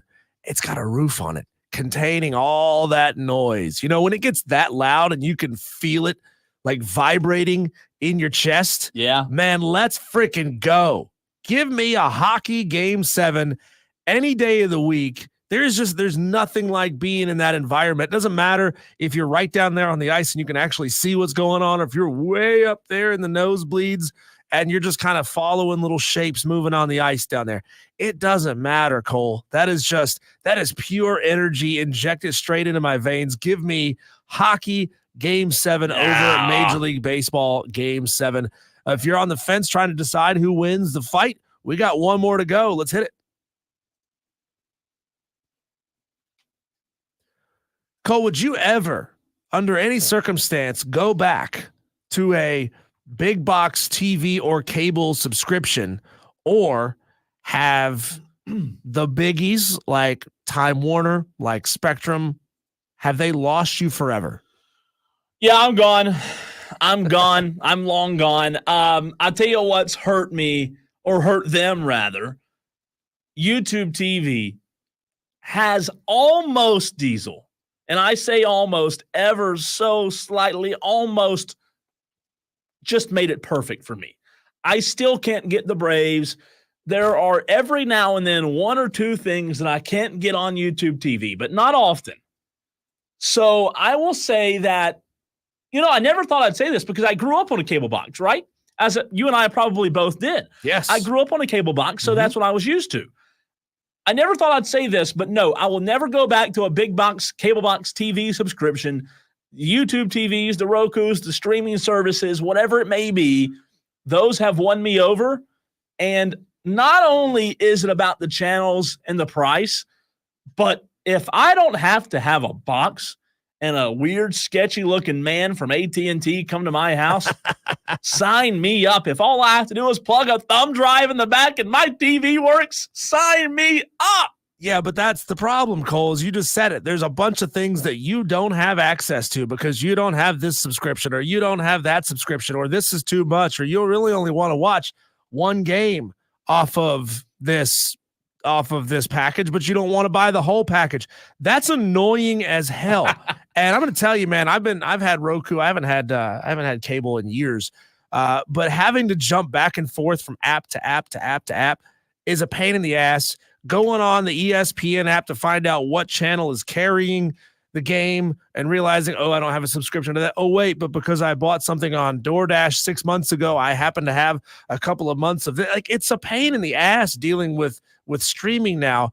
I would go back to a cable subscription just for the simplicity, because I hate it being so fractured the way that streaming is, but they would have to do a lot of work to pull that thing together, man. I would not go back to it in the form that it is now, but I would go back if they could figure all of that stuff out.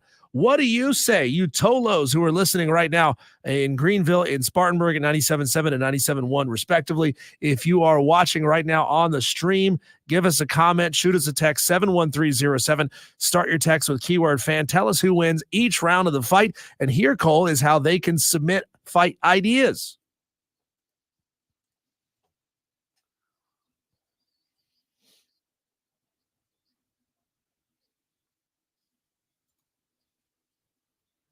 That is how you can suggest something that you want us to fight about. As a matter of fact, we had Spur Daddy ask the question earlier. Could you guys fight about who's the greatest entertainer of all time? Elvis, Prince, or Michael Jackson? It's a good one. Maybe Spur Daddy. Yeah, we can maybe mix that one into the rotation at some point. We appreciate it. You guys are also welcome to send us your fight ideas. We'll fight about anything. Sports, entertainment, auction houses, whatever you want us to fight about, we will fight about it. The truth is, we have to disagree. We just have to be the best at presenting our case. So Madcraft on the stream says Cole round 1. Spur Daddy goes Cole round 1. Spur Daddy then Diesel says Diesel round 2 because of the NHL games. Madcraft says Cole round 2 easy. So Madcraft agrees with my baseball. Spur Daddy, Cole wins round 3, so Cole's the winner today, 2-1. I haven't looked on the text line yet. Diesel, Madcraft. I was going to do your fight, Spur Daddy. Yeah, you forget that, Madcraft. he says, man, Cole came I'm sorry, I have terrible eyesight. Man, Cole come out with a sweep today, grab a broom, and then get to work, says Madcraft. So Madcraft and Spur Daddy both give me the win today, Diesel. A texter says, I'm a lifelong Braves fan, but Cole is wrong. Hockey games are electric, playoff or not. Diesel wins round 1 and 2. Cole wins round 3. That comes in from Wyatt. Is that JD Wyatt or is that a different Wyatt? I don't know. Texter, help us out there. Let's see here. Texter says Diesel is right the first few years up to maybe a decade. Talking about the eating off of each other's plate. After 10 years or so. That's a funny thing. Okay. After 10 years or so, sometimes even quicker, the desire to share or eat off of your plate is gone. My wife and I have been married for over 3 decades. We've got a 31-year-old son. She did that the first few years and then stopped after, I guess, the new wore off the marriage. Dang, Texter. Wow, we just got a fascinating dive into your history there, Texter. Al Baby asked for a quick recap. I guess he just tuned in. So round 1, Diesel says it's fair to share if you're with your significant other or on a date at a restaurant. I don't want to do it. You don't want to? I don't want to do it, but you have to. You got to, is what you're saying. You have to get do it. that. Happy wife, happy life. That's right. I say no way. Round 2 says you're given tickets to a Game 7. You have to choose between hockey or MLB. I say MLB. Diesel says hockey. Final round, Diesel asked the question, would you ever go back to a big box TV cable subscription? He said yes. I said no. So let us know, Al, baby. And that's a different Wyatt, by the way, Diesel, from the 921. We appreciate you, Wyatt, listening to the show, Wyatt. Being a Tolo. This text says Cole wins 2-1. If YouTube TV adds MLB Network to its channel guide, I'd consider making a change in my TV provider. You got to invite me over to your house sometime, Cole, because I got to experience YouTube TV. I've never experienced it. Ooh. I was a cable guy for the longest. Not a cable guy to install cable. I had cable for a long time. You worked for Charter, and then I showed up an hour late and said, it's your fault that I'm late.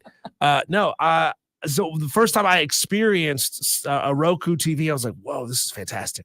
This is great. It's right. Great. So I need to experience YouTube TV for myself to decide, is it really that great? I hear, Cole, and you can confirm or deny, I hear that there's an option to watch 4 different channels at the same time. I do it all the time. What? I do it all the time. What? So my wife would roll her eyes so far. Yeah. If I was watching 4 foot, she's like, how are you doing this? Diesel would be it's the coming best over way. to my Rob Brown's house.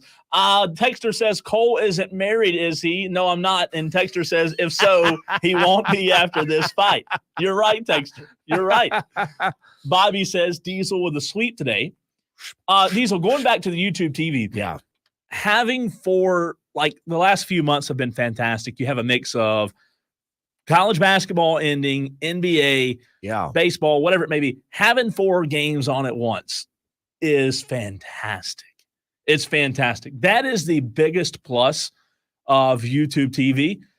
I'll tell you this. Just recently, it may have been on my TV. I don't know if everyone experienced this or not, but YouTube TV, at first, Diesel, when you could see the 4, there used to be presets. So like YouTube TV had presets of, okay, these games are on, you can watch these 4. Now you can customize it. So you can put any game on in the big 4 box. Al Baby says, Cole 1 and 2, Diesel, cut the cord on cable. I did a long time ago. I don't have cable. I'm saying for the pain in the ass that having 100 different subscriptions on streaming TV is, if TV could figure that out, I'd be back. Like, cable sucks now. Like, it does. I don't understand how any of you still have cable. We have it right here, right? Yeah, we do have it here. I was like, why do I want to watch a 22.5-hour marathon of Storage Wars? Pawn Star. What is it? Pawn. There was shops. this era of like fantastic original programming at like 10, 15 years ago. And that's all they've been showing ever since. My parents will do that, man. They'll sit there and watch 4 hours of Ice Road Truckers. What the hell? That is a funny show. What are you doing? Cool, man. 4 hours of this. Why? Well, are they retired? semi-retired. Well, they can do that if they're. Well, I get it. I get it, Cole. But like, we have now come up in the streaming era where you just watch the show. If you love the show, I'm not making fun of you if you love Ice Road Truckers. I'm just saying, like, if you watch the show all the way through one time, why would you ever want to just jump in and watch it on cable when it's probably showing you a rerun that you've already seen before? Buddy of mine texted in and said, Diesel, the cable guy. Justin. Cable guy. That's good. G says on the text line, Diesel wins 2 and 3, but Cole wins 1. So G gave you the win today. Thank you, G. You always give G the hard time because he goes with me, but he went with Diesel today. Little live update for you here. We are down to 1 out. Let's see. That's 1 out for the Alabama Crimson Tide. Runner on second, down 5 runs to South Carolina in the bottom of the 9th. I should do it, right? Is that so? There's 2 outs. I can't see that. Yeah, it's hard to see. Corner. there's like a little yellow blip. Yeah. Next just like a full circle, is it? No, it looks like a partial circle. I don't understand what that is. Maybe it is 2. Maybe that is telling us there's 2 outs. I can't tell. It's really hard to tell, but there could be 2 outs here in this game. Again, runner on second for Alabama. Oh, and South Carolina's pitcher just Beamer, plunked the Alabama batter. Runners on first and second. I mean, you hit a home run here. You still have a 2-run lead if you're South Carolina. That would be Veach that just hit the batter. So runners on first and second. We think here comes Williams, 2 the pitching outs. Coach. Yeah, 2 outs. Texter says, Diesel, I don't have TV service except during football season, and the quad box is why I keep going back to YouTube TV. That comes from Joey Tolo. Joey, we appreciate you texting in. Another texter, no sharing, hockey, no cable, YouTube TV. He's sending his results in. So he says he don't like sharing. He'd rather go hockey, though, and says no cable. It's fascinating, man, how quickly cable, like, I know they still probably make millions, but, like, it turned quick. Well, it's fascinating how they have done nothing to try to get any of those people back. It's true. I mean, what can they do, though? Can they do anything? They could lower their price. Yeah, true. I mean, that's the first thing people always say. Why is my cable so damned expensive? How much is cable now? If you guys have a cable package, let us know. Let us know if you have like a full spectrum cable, like you got everything. You mean like phone, Wi-Fi? No. I mean just like you got all the channels. Oh, okay. If you got all the channels, like, and you may add MLB Network or NFL Network to your subscription. Like, tell us how much you're paying. My brother-in-law has AT&T, and I'm pretty sure his monthly cable package is over $200 a month. Yeah. 200. Oh my word, that's high. By the way, South Carolina, Alabama has gone final. South Carolina back on the winning side of things. They're back, baby. Gamecocks are back. How about them Gamecocks? One win. Bo says red zone is where it's at. Another texter says, I don't have SEC network. I pay $115 for cable and internet. Okay, that's cable and internet with Spectrum. I've got a package where I can pick 15 channels plus all locals. Madcraft says finally got around to YouTube TV, finally got around to giving the previous channel button and fix the issue of the guide restarting at the top every time. So that's interesting. What people like about YouTube TV is that it bears some functional similarity to cable. Yeah, for sure. It feels like TV. It's just streaming. So let's see. And I'll tell you how much I spend in a second. I'll have to think about this. Texter from the 554 Diesel says, I'm using my last few days of Fubo to watch it. I wish I could afford to keep it, but it's $100 a month to have what I need to watch the Braves. So you can watch the Braves on Fubo. I did not know that. Billy chimes in on the text line. We're getting a ton of feedback, so we're trying to get to all the text. Billy says round 1 draw, round 2 Diesel, round 3 Cole, streaming by a mile. Cole wins on points. Thank you, Billy. All right. This from the 843. I dropped cable. Diesel, listen to this. This is unbelievable. I dropped cable because my monthly bill was $272 a month. And that was just for cable, internet, and HBO. Now using YouTube TV and will never go back. Here's what I don't. Unbelievable. Oh, how did you let it get that high? First of all, Texter. God. Cole, I know that we have a lot of titans of industry that listen to this show, like big wigs at some of these companies. And I just wonder, Cole, why don't we have some form of a loyalty discount? You know, like grandfathered in? They'll give you, so they'll give you a heck of a deal, to start your service, right? Yeah. New customers always get these insane deals, right? But existing customers get shafted. They get bent over and rear-ended when it comes to these fees because it constantly goes up. They're like, they let you know, hey, just so you know, your bill's going up $10 a month this month. You call back and try to argue it. They're like, yeah, no, sorry, nothing we can do. Well, but I've been a customer for 10 years. Yeah, sorry, nothing we can do. I mean, why isn't there some sort of like a cap that after 5 years of being a customer, your bill will never go up? And then starting at 10 years of being a customer, your bill actually starts to come back down, assuming you don't add any additional things to your package. I mean, loyalty discounts, right? Everything's got a loyalty discount. Gas stations have loyalty discounts. Grocery stores have them. Restaurants have them. Why can't our cable packages have loyalty discounts? Texter from the 203 Diesel says YouTube TV is great for $75. So that's what I have. I have YouTube TV, so I pay $75 for YouTube TV, $50 for Charter. So we're at $125. And then I think I have Netflix, which is, help me out, Texter. I think it used to be $10, but it might have gone up to, $15. Let's say $15. I'm at $140. I might have Amazon Prime. I'm not really sure if I do. I know it's on the TV. I just don't know if I have. That's $100 a year. Is it? I don't know if I have the subscription though to Prime. What other subscriptions? There's Hulu. There's Disney Plus. I do have Hulu, so that's probably another 20. HBO Max. I'm at 160. Oof. So you've done all of this. You've overcomplicated all of your billing, and you've ended up at the exact same number that you were at with cable. Wow. Well, you don't have to add the Netflix and the what else do I have? Hulu. I think I have Hulu. I don't know why I have Hulu. I have something else too, and I just have to go back and look. I have ESPN Plus. I have that. There you go, man. See, look at you. You've overcomplicated it, and now you're paying more.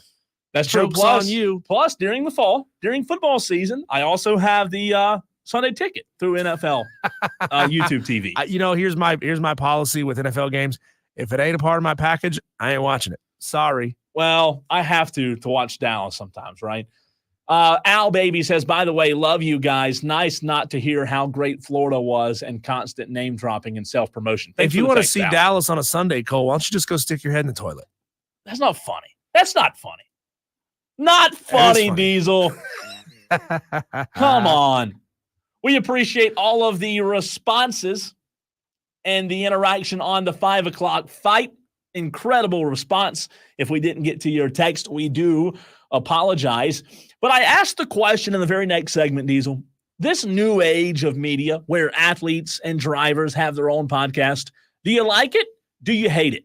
Let us know. 71307. I have some audio from Denny Hamlin talking about the Ricky Stenhouse and Kyle Busch fight. Really good audio, but it comes from a new age media podcast. He's Diesel. I'm Cole Bryson, and this is The Fan Upstate.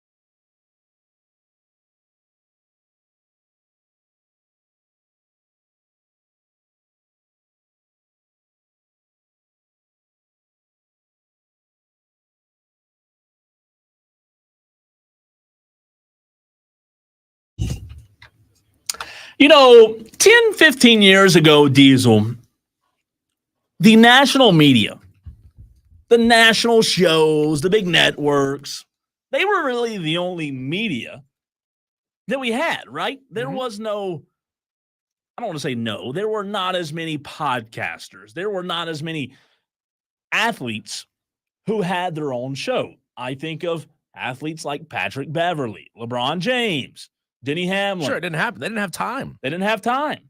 Now, if you do not have a podcast now, what are you doing, right? If you're an athlete, you don't have a podcast, you're behind. So I asked the question because Draymond Green got a lot of heat for this a few years ago in his podcast. Every athlete has a podcast. I asked the question, are you okay with there being this new age of media where the athletes really have just as much say, just as much of a platform as the national media outlets do? While you get your thoughts gathered, while you gather your thoughts and send them in, Diesel, while you think about that, I'm going to play Denny Hamlin's thoughts on the Ricky Stenhouse-Kyle Busch fight. We talked about it yesterday. Denny has a really good podcast. Again, another athlete, another driver that has their own podcast. So I see Kyle's side of it. It's like, dude, you shoved middle on a short track on lap 1. Like, where are you going? I see that part. I understand. However, the counter to that is that I see Ricky's side saying, dude, I never touched you until you hit the wall. Now, I think contact was inevitable because there wasn't enough room for Kyle no matter what. Ricky did put him in a position where Kyle was going to have to lift. And if he did not lift, the contact was going to happen. So that's Denny Hamlin on his podcast, which is a really good podcast, by the way, regardless of how you feel about Denny Hamlin. Diesel, I'll say this, and then I want to hear what you have to say on these new podcasts. I absolutely love the new age of media. Athletes and drivers having their own podcast. I think it does a couple of things. Number one, it allows us as an audience, as a listener, as a viewer, to hear a different side of things, right? I'm not saying the guys on TV don't know what they're talking about, but it allows us to hear a different point of view from the actual athlete. Number two, I think it helps the sport that person or driver is participating in, because guess what happens? You get drama. And we all know that golf and NASCAR needs more drama. So what do you say, Diesel? You like it or you hate it, the new age of media? I love it in the sense of the perspective that we get is an insider perspective that you otherwise can't. I mean, you've seen everybody clowning Stephen A. Smith lately. He would talk about, his ability to play basketball. And these players will go back and find old photos of Stephen A. Smith when he played and when he was terrible. So it's great. It's great the level of access that we get, not only to just former players. It used to be former players became color commentary in the play-by-play booth. Sure. I mean, I'm thinking, O.J. Simpson doing ABC football, whatever he did back in the day. And that was fascinating insight that we got from him and players like him. Otherwise, you had professionals who were very good at organizing their thoughts and playing, and covering the game and the nuance, but they didn't ever quite have the former player perspective. I'm sure some of them were. Maybe they played the game back in high school or college or whatever, but these were professional broadcasters who would bring in a former player to do color commentary. Sure. And that's what we got. And that was really great.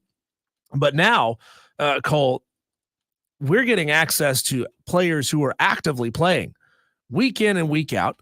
And of course, they now have professional recording setups in their homes or studios or wherever it is they go and record.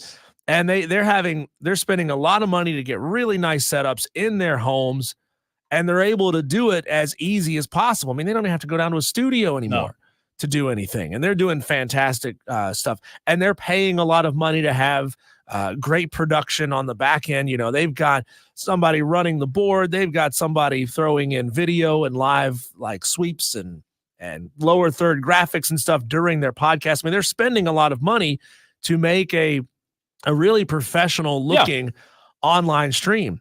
What I don't like about it, Cole, and this is a very minor gripe here, but I think I brought it up on the show last week at some point, and in that, you know, podcasting was kind of a nothing medium for a long time, right? It used to be terrestrial radio was your way of making it in this business, making it in the audio space. Mm-hmm. And then, you know, a few intrepid people early on, they started just recording themselves and putting it out on the internet.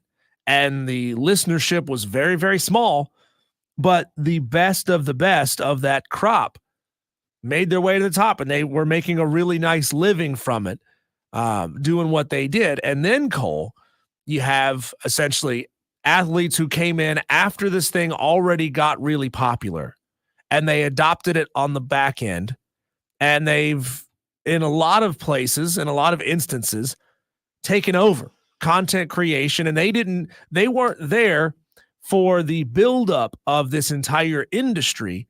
They just took advantage of it at the last minute because they have celebrity status. So I do not have a ton of issue with what you said. I do agree with you in the last sense, the last part of what your point was with the new digital age of media, the avenue that we have. Anyone can post right now. You've got to be good. You've got to have number one, good content. You also have to have good production work. Everybody has a podcast nowadays, and a lot of them are really good. A lot of them absolutely suck. Right? There was what's that girl's name? The woman's name, sorry, who played Captain Marvel in the new Captain Marvel, you know, in all the latest Avengers movies. Brie Larson. Brie Larson, she was famous. She was on top of the world as an actress. You know, she had a big name. And then she said, okay, I'm going to do a podcast, and I'm going to bring in these big guests. I mean, she had the ability through her agent to bring in big guests on her show, but it sucked and nobody listened to it. And she stopped doing it pretty quickly. So for every athlete who's really good at making a podcast, there's probably 5 more who tried and weren't good at it and said, you know what, screw this. I don't want to do it anymore. Texter says the national media has no more credibility than the athletes, in my opinion. That comes from the 203. Interesting outlook.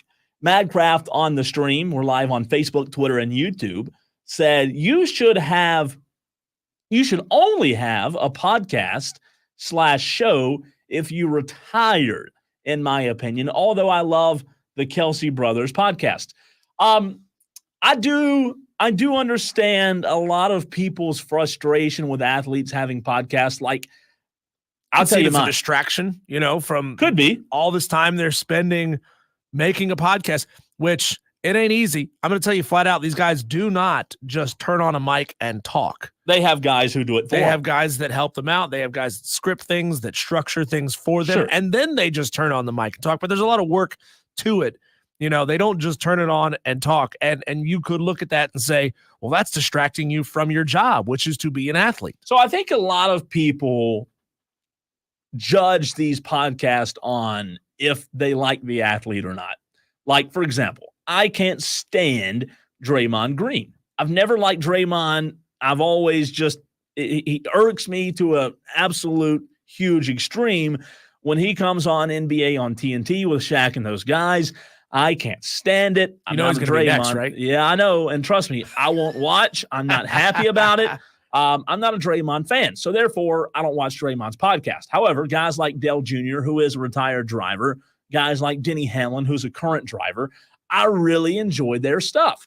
The Kelsey brothers, I think, really set the bar in terms of athletes who weren't retired. I know Jason's retired now, but both of them were playing. What I did like, Diesel, was the accountability. Regardless of what you feel about these podcasts, regardless of how you feel, I do like them being able to come on the podcast on a Monday morning. That's when they usually record them, right? and have to hold themselves accountable for what happened. I remember very specifically when Travis Kelce bumped into Andy Reid during the Super Bowl and made a really big deal of what, in my opinion, was a little bit crossed the line. And he had to come on the podcast the next morning with Jason, his brother, and say, look, Jason called him out, right? You can't do that. So I do like the accountability I'm aspect proud of Jason of it. for doing that. For sure. He could have let his brother off the hook. So to put a bow on it, I don't have a huge issue with it. I like the insight it creates. I do wish, my last point, I do wish golf would get more into this game. For example, like Denny Hamlin's doing, like all these other drivers have podcasts, Diesel, I think that helps a guy like me follow the sport of NASCAR better. Golf has all these rules. You can't have these podcasts. Golf needs to be more like normal people. Hey, our industry has similar rules, Cole. Essentially, Odyssey owns the rights to our name, image, and likeness. Sure. And we concede that because we get a paycheck, right? Right. So we can't go out and create content and put it out on a platform wherever we want to without Odyssey getting a piece of it. And it seems like, it seems that golf either I would assume it's to protect themselves from any potential embarrassment because they still fancy themselves the sport of gentlemen. Yeah. They don't allow that to Classy. happen. But I would love to see that happen because, imagine Bryson DeChambeau and Brooks Koepka each having a podcast and going on and expounding upon that little altercation they had a couple of years ago in real time. Outside of that, it's up to national reporters to book these guys for interviews, to ask questions. No, they feel like they can be themselves and be candid. And in that sense, athlete podcasts are absolutely fantastic. Cole, coming up, we're going to go to a member of your favorite show, Inside the NBA, and Chuck. And what Chuck had to say to Anthony Edwards, and Anthony Edwards clap back at Chuck, and I love it. We're going to hear that audio coming up next here on the Fan Upstate.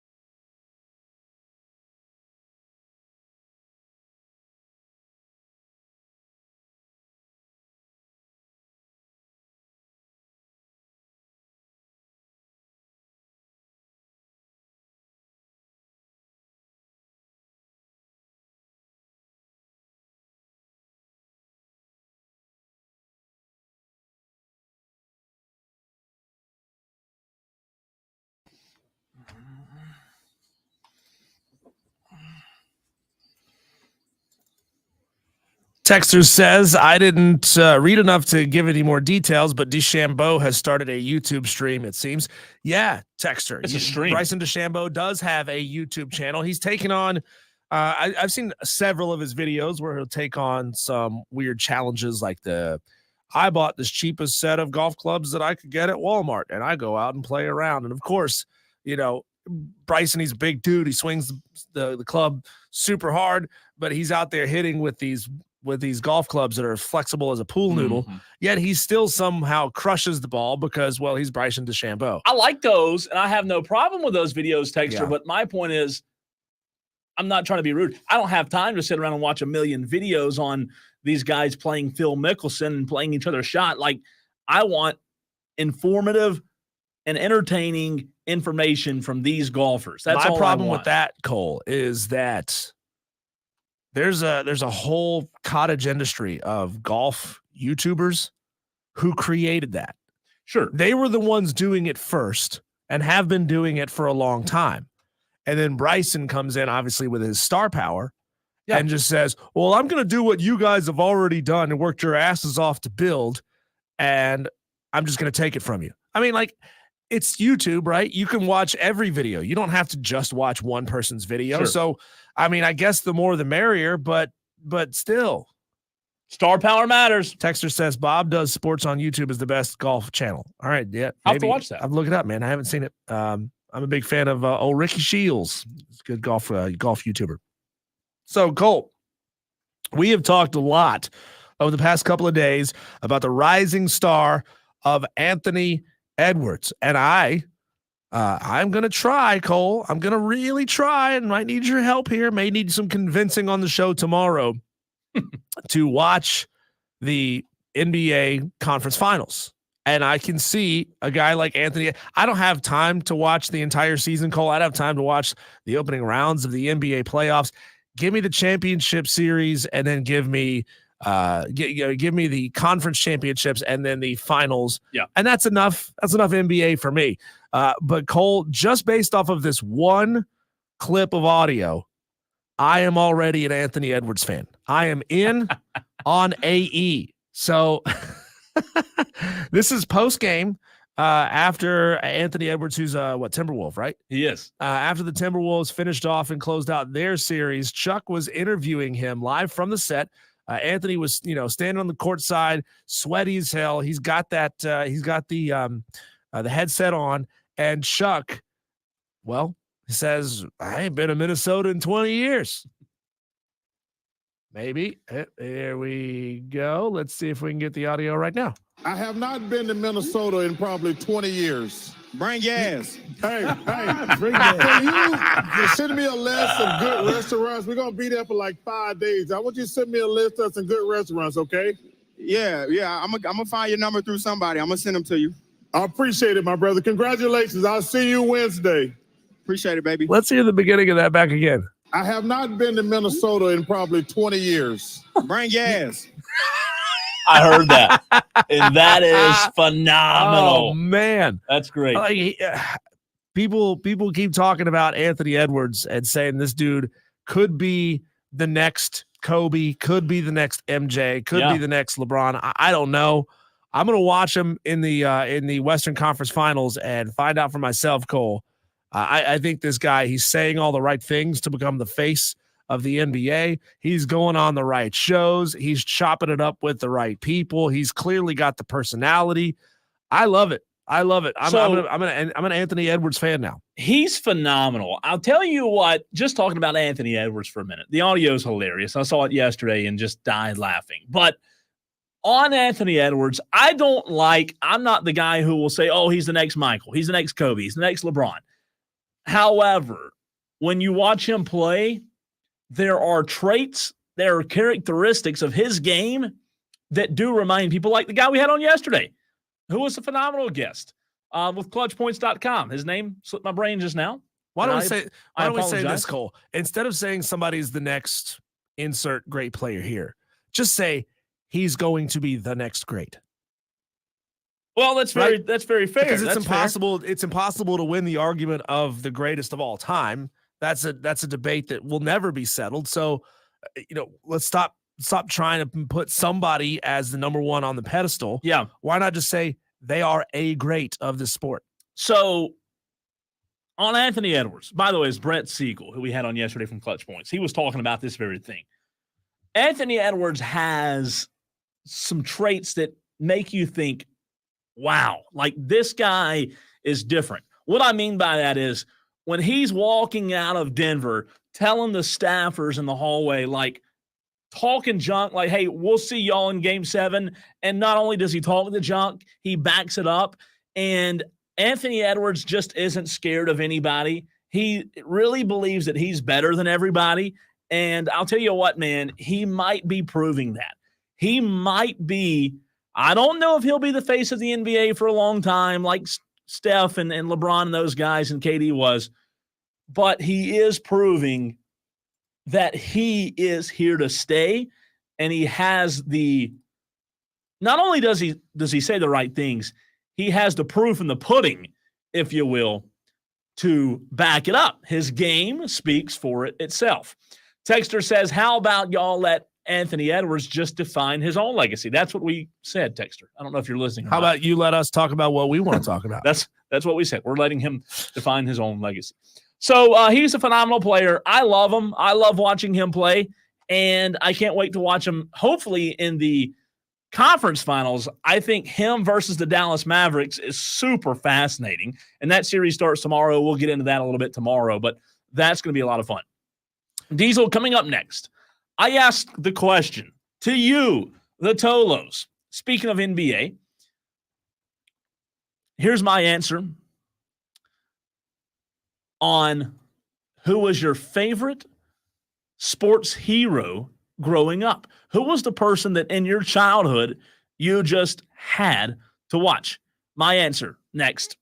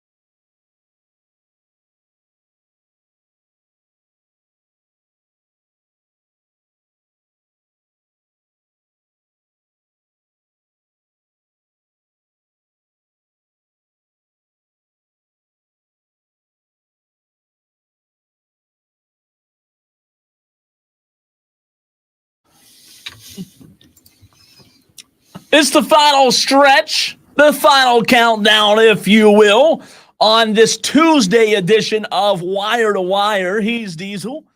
I'm Cole Bryson, and together we are the newest afternoon drive show on your airwaves. So many ways you can listen to this very show. You can watch it live on Facebook, Twitter, YouTube, anytime on terrestrial radio, as well as the free Odyssey app. Go back and use the rewind feature anytime to catch something that you may have missed. I ask the question, Diesel, I have a couple, and I'm sure you will as well, but growing up, who was your sports guy, your sports hero that not only you loved watching, but that captivated you? Because I do think that there is going to be a day very soon, and I'm going to go ahead and let you know that this is going to happen. Cole is going to be down in the dumps. Cole is going to be a little bit, sad. I might be crying one day soon when my sports hero retires, because I do think it'll be soon. Who was it for you? 71307. Text the show. Start your text with the word fan. But not only somebody that you watched and liked watching, but somebody who made sports what it is. Somebody that captivated you growing up. Who made me sad when they hung it up? Aaron Hernandez. Kidding. Did you really just say that? No, so I grew up in the 90s. God. Cool. So I caught the very tail end of a lot of those NBA greats, right?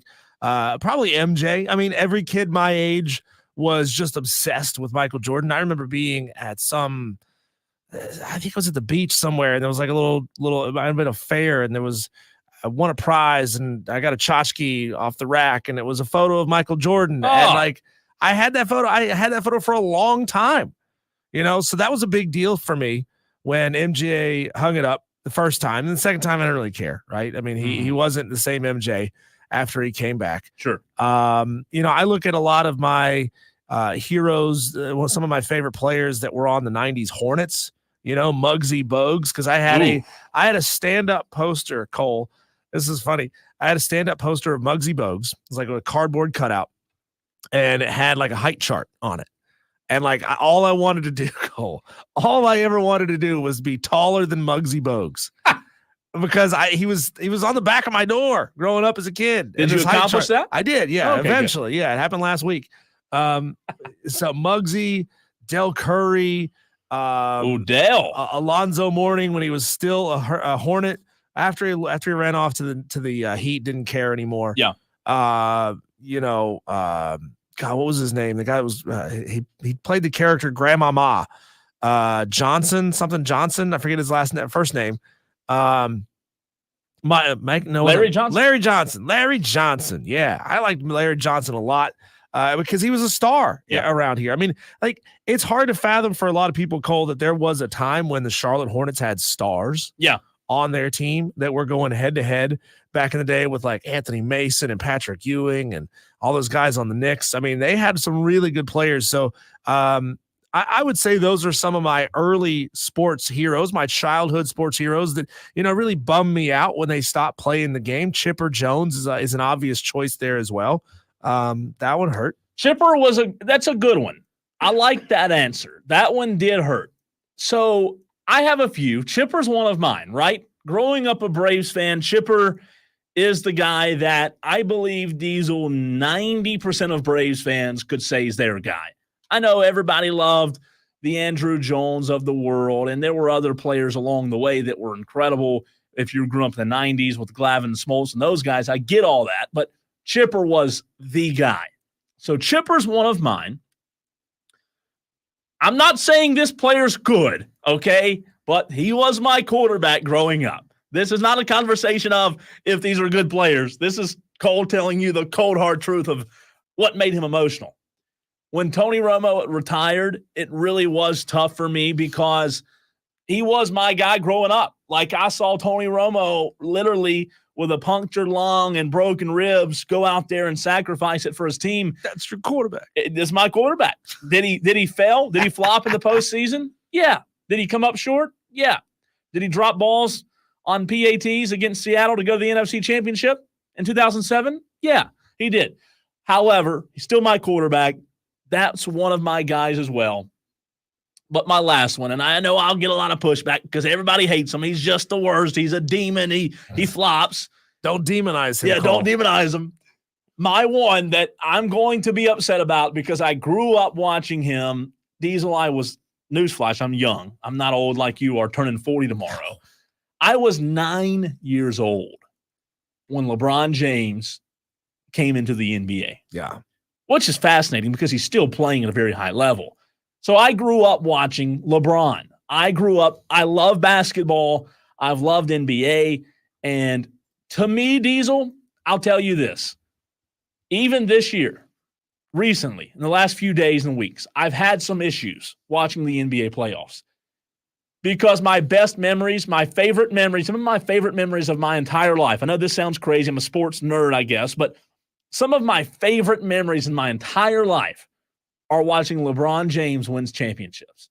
And the fact that that's gone, the fact that that'll probably never happen again, it is tough. I hate basketball without LeBron James already. Yeah. So those are my three. I'd go Romo, Chipper, and LeBron. I'll try not to get emotional. I am 7 months and 8 days older than LeBron James. I can't fathom playing basketball on a high level as he still is today. I remember, Cole, like LeBron was one of those guys that it was exciting for me in college watching LeBron doing what he was doing with those early Cavs teams and saying, I am the same age as that guy. It's crazy. We are right? 7 months apart, and look at what he's doing. So I lived a little bit vicariously through LeBron James, and you know, LeBron was a hero of mine up to and through probably that second stint with the Cavs, and then it kind of fell apart. And it's not his on-court stuff; it's his off-court stuff, and the way he has to be the coach and the GM and the decision maker and all that, and it still all goes to hell. That he still blames everybody else around him and gets people fired, all that stuff. And there's a lot of reasons why people don't like LeBron James. Sure. It has nothing to do with his philanthropy, because he does a ton of that. It has nothing to do with his family life, because he is an excellent family man. There's a lot of unfair hate against LeBron James. There's a good deal of fair hate against LeBron, but a lot of unfair hate against LeBron. We have a texter here, Cole, who says, it was CJ from Greer. He said Dale Earnhardt hurt. Well, yeah, he didn't really retire. That was kind of a forced retirement. Yeah, that one hurt, man. That one hurt. I remember that. I remember watching it live, and I think my dad cried.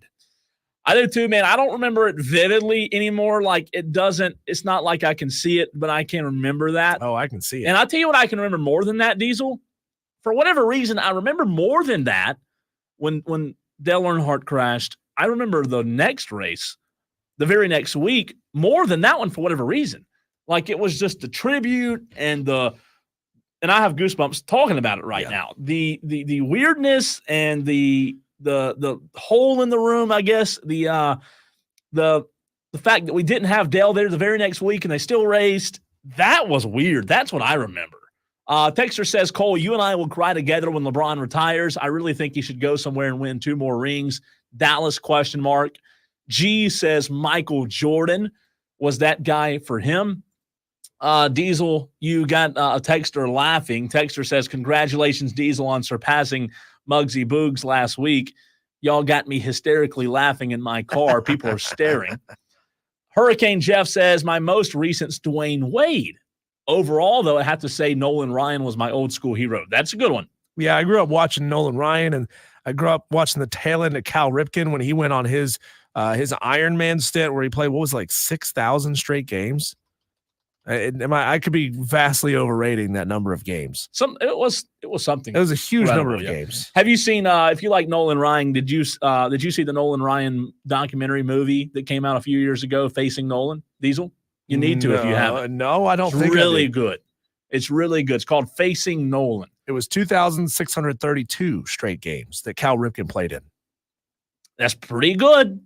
Texter says Roger the Dodger Staubach. He made the Cowboys America's team. How about that? Texter says, happy birthday, Diesel. Have a great birthday. Would you like 40 hugs or 40 punches? Can I get $40? That's true. That's a good one. I like that. Not a bad ask. Texter says, Tom Brady and the Grant combo didn't make me emotional because I'm not a I almost read that. I almost read it because it was a line down, and I went from the top line, and I had to go back down.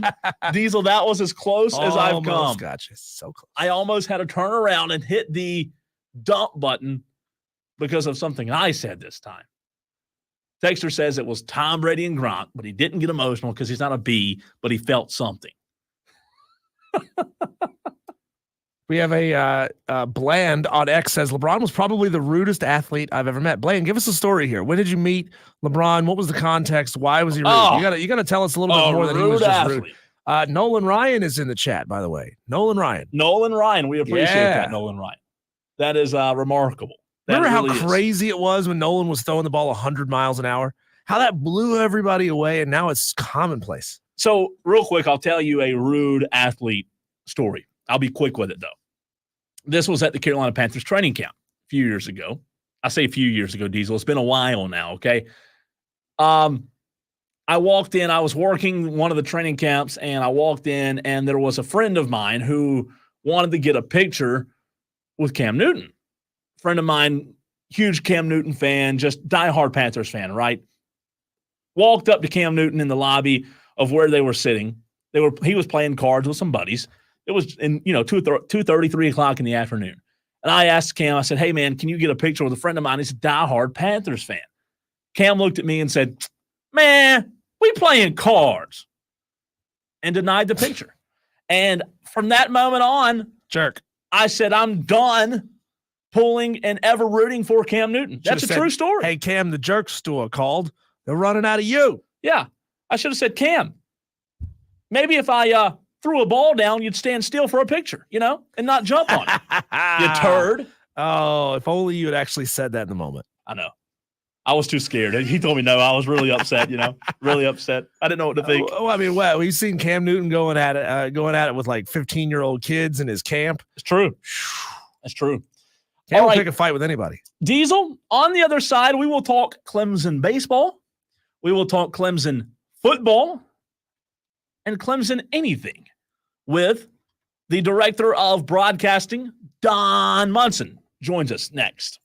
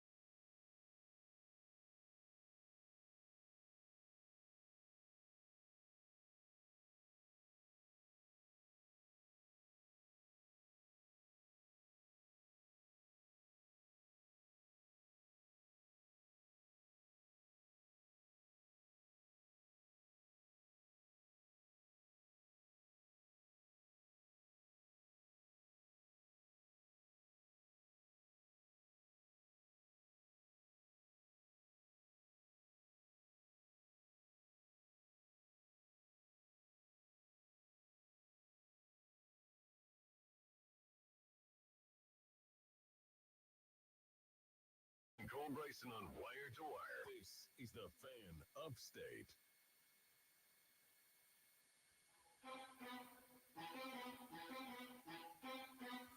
It is hour number 2 of Wire to Wire. So glad to have you along with us on this Tuesday edition. So many ways for you to listen in. And as we teased, coming out of the very last segment, we want to bring in a good friend of the show, Director of Broadcasting at Clemson and the play-by-play voice of the Clemson Tigers, Don Munson. Don, number one, we appreciate you hopping on with us, but I want to start with the ACC baseball pool play. The way this new bracket is designed, if you will, a little bit different than what we're seeing with the SEC tournament. How does Don Munson like this pool play? Well, I mean, it's not necessarily new. The conference has been doing this for a while. It's not like this is just the second or third year of this. So they've been involved in this for a while. You know, this is the way that the coaches elected to do this. This wasn't a league. It wasn't a league mandated thing. It was actually something that the coaches inside the league voted to do. I think it's pretty cool. I understand it is very confusing. I get that. I mean, we're already into that. Clemson, because of Miami beating up on Louisville earlier today, knows that Friday's game means absolutely nothing. Everything relies now on Thursday. Clemson wins that game, they're automatically advancing on to Saturday. So sometimes you got to just educate yourself a little bit about how this bracket goes. Personally, I kind of like it. It saves pitching. It doesn't put a lot of wear and tear on you as you head into the NCAAs. Hi, Yikes, Don. Thank you for joining the show with us today. In each program's individual own rights, Don, what program would you say is the healthiest on Clemson's campus right now? A program that's just clicking on all cylinders. Again, it's difficult to compare football to baseball to soccer to women's softball, but which in its own rights is the healthiest?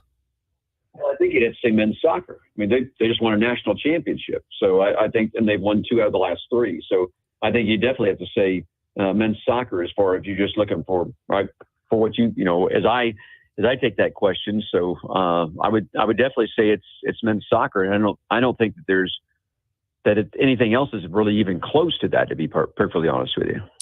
Hey, Don, as we look at the Tigers, as they do have, in my opinion, some favorable matchups coming up on Thursday, do you still have concern about the pitching with this group, or is that something that, in your opinion, is being talked about too much? Well, I think maybe it's being chatted up a little bit too much, and I've mentioned this on air. If you go and look at just ACC stats only across every team in the league, and if I were to ask you how many teams combined in the league have an ERA of under 5, not 4, not 4.5, but under 5, do you know the answer to that? I do not. It's 1. It's Clemson. One team has a combined team ERA when inside ACC play only that's under 5. So, you know, this isn't something that's just kind of, and by the way, Clemson is number 2 at like 5.13. North Carolina has 1 at 4.7, maybe 4.8 now, something along those lines. But so I think that's the other thing, is that because it's, you know, here in the area and we get a lot of chatter about it. Now, has the bullpen been bad? Yeah, the bullpen's been bad. But I think we've started to see some things where they've turned and starting to come out of it a little bit. And that's what you have to do. You got to find guys that are going to be able to pitch coming out of the pen. You get into postseason play, and the bullpen gets a little shorter. I mean, usually, you know, instead of maybe 5, 6 guys that are in there, you're going to be only going to 3 or 4 guys and kind of bringing them back overall. So I think that's an advantage here for the way that the ACC tournament is set up. Regional play, man, you lose the first game in regional play, then you're in big trouble, because now all of a sudden you got to win 5 games to get out of a regional, and that means you got to use a lot of pitching. But once you get to the super regional, and even when you get to the College World Series, and basically now the College World Series, because of the way that it's spread out, as long as you stay on the winner's side of the bracket, you basically need 2 starting pitchers, and then kind of rely on maybe 2 or 3 guys that can come out of the bullpen. Don, given all those pitching issues, where do you feel like this team needs to be offensively as far as, runs per game, and how confident are you that they'll be able to get there? Oh, I think this is a team now that's scoring better than 7 runs per contest. So I think that offensively they've got enough firepower. Anytime you score, in my eyes, anytime you score more than 5 runs a game, then that's a game that you should win. I think that what Clemson needs to avoid is those disaster half innings where you're giving up, 2 runs is okay, but man, you start giving up 3, 4, 5 or more, then that puts you in big trouble. Obviously Clemson first game against Boston College, they get down 5-0 after a half inning of play. The advantage of that was that it was after a half inning of play. They outscored BC 12-5 the rest of the way to win it by a score of 12-10. But I think the other thing that we need to get caught up in is, all right, would you rather win 12-10 or would you rather win 2-0? Because you're still winning by 2 runs. It doesn't matter. I don't think it matters the score. It just matters whether you can get to where you are scoring more runs than the opponent this time of the year. Don Munson joining us on Wire to Wire. He is the play-by-play voice of the Tigers, director of broadcasting at Clemson. One really cool piece that I saw last night on Twitter, Don, from Chapel Fowler of the State. He had a video up of Jack Leggett as he was inducted into the South Carolina Athletic Hall of Fame. Do you feel like this is something with him being on Bakic's staff now and Clemson fans welcoming him back with open arms? You feel like this is some closure that maybe he and the university needed?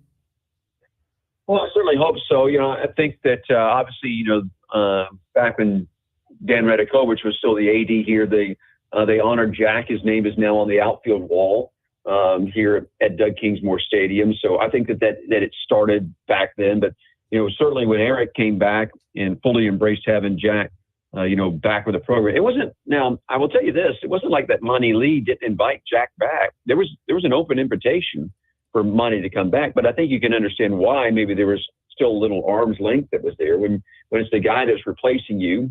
I think that then that's a little tough to overcome. And but you certainly hope that way. I think that a lot of that now is kind of water under the bridge, and so Jack being honored by the state Hall of Fame people yesterday was great. There were a lot of Clemson people that were there in attendance for that. So you got to hope that, all right, yeah, we're making good strides with making sure that all of that's taken care of. Talking to Don Munson, director of broadcasting here on Wire to Wire with Diesel and Cole Bryson. Any thoughts on the extended first base that the SEC is testing out right now in their conference tournament? And is there a rule change that you would like to see tested and or implemented at the college level? Yeah, I'm sitting here. I was actually watching a little bit of Alabama and South Carolina's game, and I guess I really didn't realize that they were doing the extended first base. I understand it for safety reasons, but I'm not a big fan of that, to be perfectly honest with you. You should have done that during the regular season. If you're going to play it in a tournament, do it in the regular season. Don't all of a sudden, when you get to a tournament, start changing things up with how you've been playing the entire year. So I understand it for safety reasons, but I'm not a real big fan of it. Hey, Don, did anyone in your opinion have more of an impact? I know he's a freshman, so he came on the scene pretty quickly, but Aiden Kanak and the impact he had this year, first team all ACC pitcher. He's the first one, I believe, in 27 years for Clemson, 4.1, 2.55 ERA. Anybody in your opinion that had more of an immediate impact on this team than Aiden? Oh, I don't think there is. What he was able to do and solidify, particularly like the backside of the starting rotation for Clemson was exactly what they needed. And it came at a point in time when they needed it probably at the worst. And it's going to be, now it becomes interesting to see what they're going to do with Kanak as we start heading into tournament play. And I don't think that they'll move things too much around here for the ACC tournament, but it wouldn't shock me maybe to see them move him around a little bit once you get to NCAA play. That first game in an NCAA regional, super regional is vitally important. You have to win that ball game. You have to stay out of the loser's bracket sign. you have to win that ball game. It just gives you such a foot up in things, and it'll be interesting to see exactly how they do go about, using him from that standpoint once we get to NCAA play. Don, I'm going to put you into a bit of an uncomfortable position here, but if you are Graham Neff, how do you react to some of the things Dabo said last week, that you portal players probably aren't good enough to play at Clemson and that we have a roster full of transfers? I mean, I know fans can believe in Dabo all that they want to, but is that a little bit of a bad look for the program as far as what some incoming high school players, high school transfers might think of the school? I don't think so. I mean, let's go and break down what he said. He said most kids in the transfer portal can't play for Clemson, and he's correct. He's absolutely correct. Yes, we agree that that's true on this on the show. Okay, so and then he went on. Then the other 2 points that he said, and he said, let's also be perfectly honest that really the high end portal players already have made a predetermined decision about where they're going, and that also is true. And then the third thing he said, we're not going to get into a bidding war, for some of these kids, and that's because that's what he's going to. Now the other thing is that we go through the spring, 127 players are on the roster, 2 kids left, so you're left with 125. It was the same thing as the spring before. So he's got a roster full. Coach Sweeney is not the kind of coach that's going to chase off guys. I mean, he's just not going to. So now it becomes, if you're being recruited, who would you rather be recruited by? Would you rather be recruited by a head coach that says, you know what, you come here, you are committed to us, we are committed to you? He's always been that way. Or would you rather be at a school where maybe after the first year or two, you're called in the coach's office, you know what, we made a mistake in recruiting you. You're just not good enough to play here. You need to go find someplace else to go play football. I know if I was a parent, I know how I would react. It's probably as an individual, I know how I would react, but I'd rather do it the way that Coach Sweeney is doing it. And what's now going to be really interesting is that once we get past all this COVID stuff and you don't have guys that are eligible for 6th, 7th, 8th. Well, we got one guy's playing 9 years in college football. And so, once we get by that, something tells me that the way that Coach Sweeney is going about it and building a roster is actually going to be very beneficial for Clemson. And it's going to be very non-beneficial for some of these other programs that have just gone out and decided we're going to spend money. We're going to go try to buy ourselves a team or buy ourselves a championship. And by the way, how often have we seen that actually work out? Don, I want to play off of what you just said in terms of people, including us in the media, that talk about Dabo and the way that his stance, if you will, on the transfer portal. Do you think that the criticism, for the most part, is unfair, or would you say that there is some of the criticism towards Dabo and the portal that is fair? Well, I mean, I think the other thing is that I think that people think that Coach Sweeney has banned the portal. Yeah. And, from a club, that's not the case. He has gone and chased portal guys. But as he says, they have to make a decision that they want to come to Clemson. And they, for whatever reason, when Clemson's been chasing some portal pieces, they've never been able to, really get that piece of the puzzle here. And so it's not like that he has not been willing to use it. He's been very willing to use it. It's just that match, for whatever reason, hasn't happened. And so now, because of, and particularly when the article comes out this year, the 4 schools that have 0 portal players on their team. All right, so you have Army, Navy, Air Force, Clemson. Then Clemson really sticks out more as a sore thumb from that aspect. But that doesn't mean that Coach Sweeney is against the portal or is against using the portal. He's tried to use the portal, and for whatever reason, it just has not worked out. So, Don, I've questioned many times on this show if Clemson is making what I would say competitive offers to get the portal players that they want. I mean, the first thing that people look at when it comes to competitive offers, are they matching dollar for dollar? And obviously they're not. That's the policy that they've chosen to take. Can you walk us through or give us a sense of what Clemson offers to players that they want in the portal that is just not getting them to sign on the dotted line? I have no idea what the answer to that question is. I'm not privy to that information. That information has not been shared with me by Coach Sweeney and his staff. All I know is that I can tell you they've gone out, chased portal guys, had them in for visits, as a matter of fact. If I had guys come in, long conversations, on telephones with moms, with dads, with individuals, that all of that has taken place out there. But for whatever reason, there just has not been a match. And so there will be a point in time where it will be a match. It will happen. Yeah. It's inevitable that it's going to happen. But it's going to be, and then it'll be interesting to see what the story is. But Coach Sweeney has always been a guy that's gone about doing things, the way that he wants to do it, the way that he believes that it should be done. He's going to stick and he's going to walk to his own beat of the drum, the way that he feels like it's supposed to be done. That's the way it's going to happen.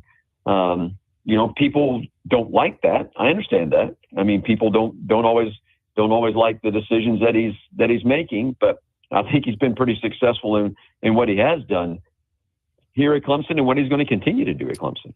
Hey, Don, my last question for you. Every single day at 5 o'clock on this very program, we do what's called the 5 o'clock fight. 3 rounds. Diesel and I have to disagree. Today, I'm going to give a little sneak peek to our audience because I want to hear from you. Round 2 of the 5 o'clock fight today is you're given tickets for free to a Game 7. You have to choose between a hockey Game 7 or an MLB Game 7. Which one do you choose?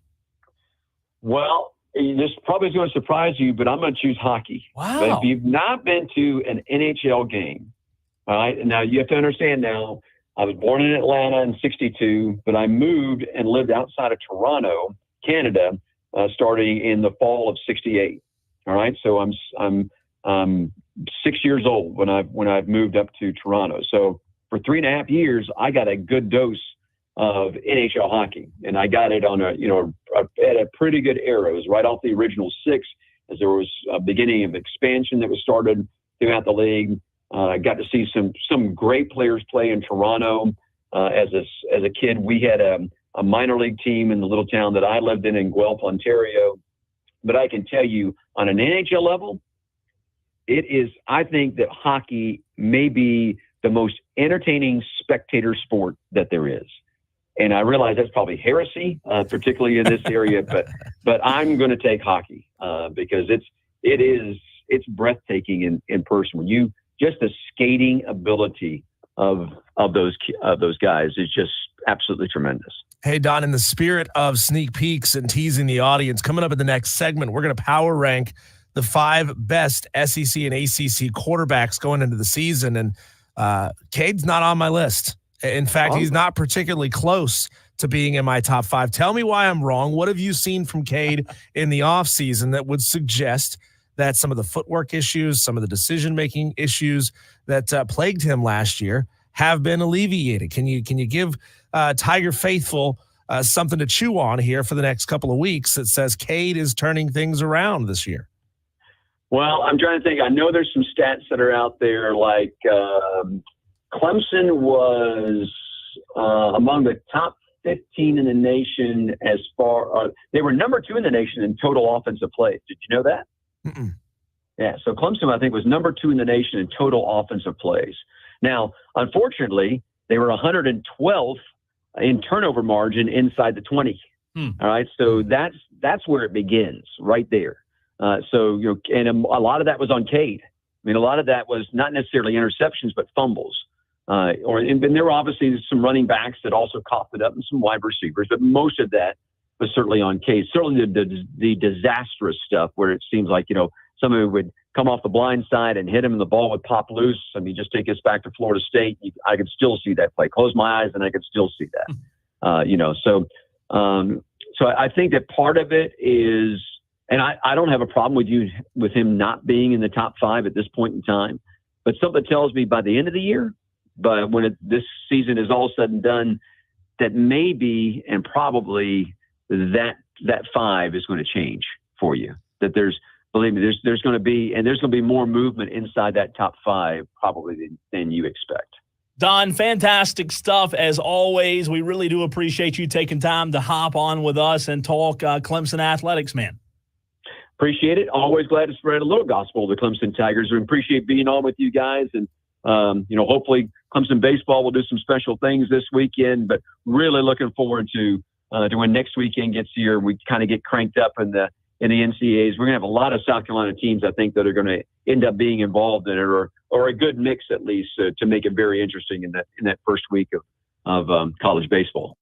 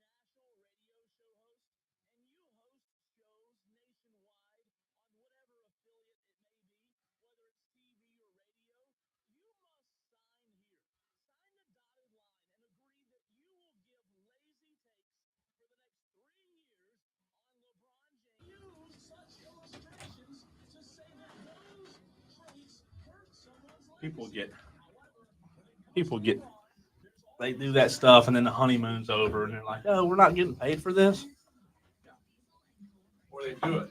Man, why are only 5 people watching our show every week? I'm done doing this. We didn't get to our daily wires once today. We got to start doing better than that. We're pitiful. We're gonna fire us.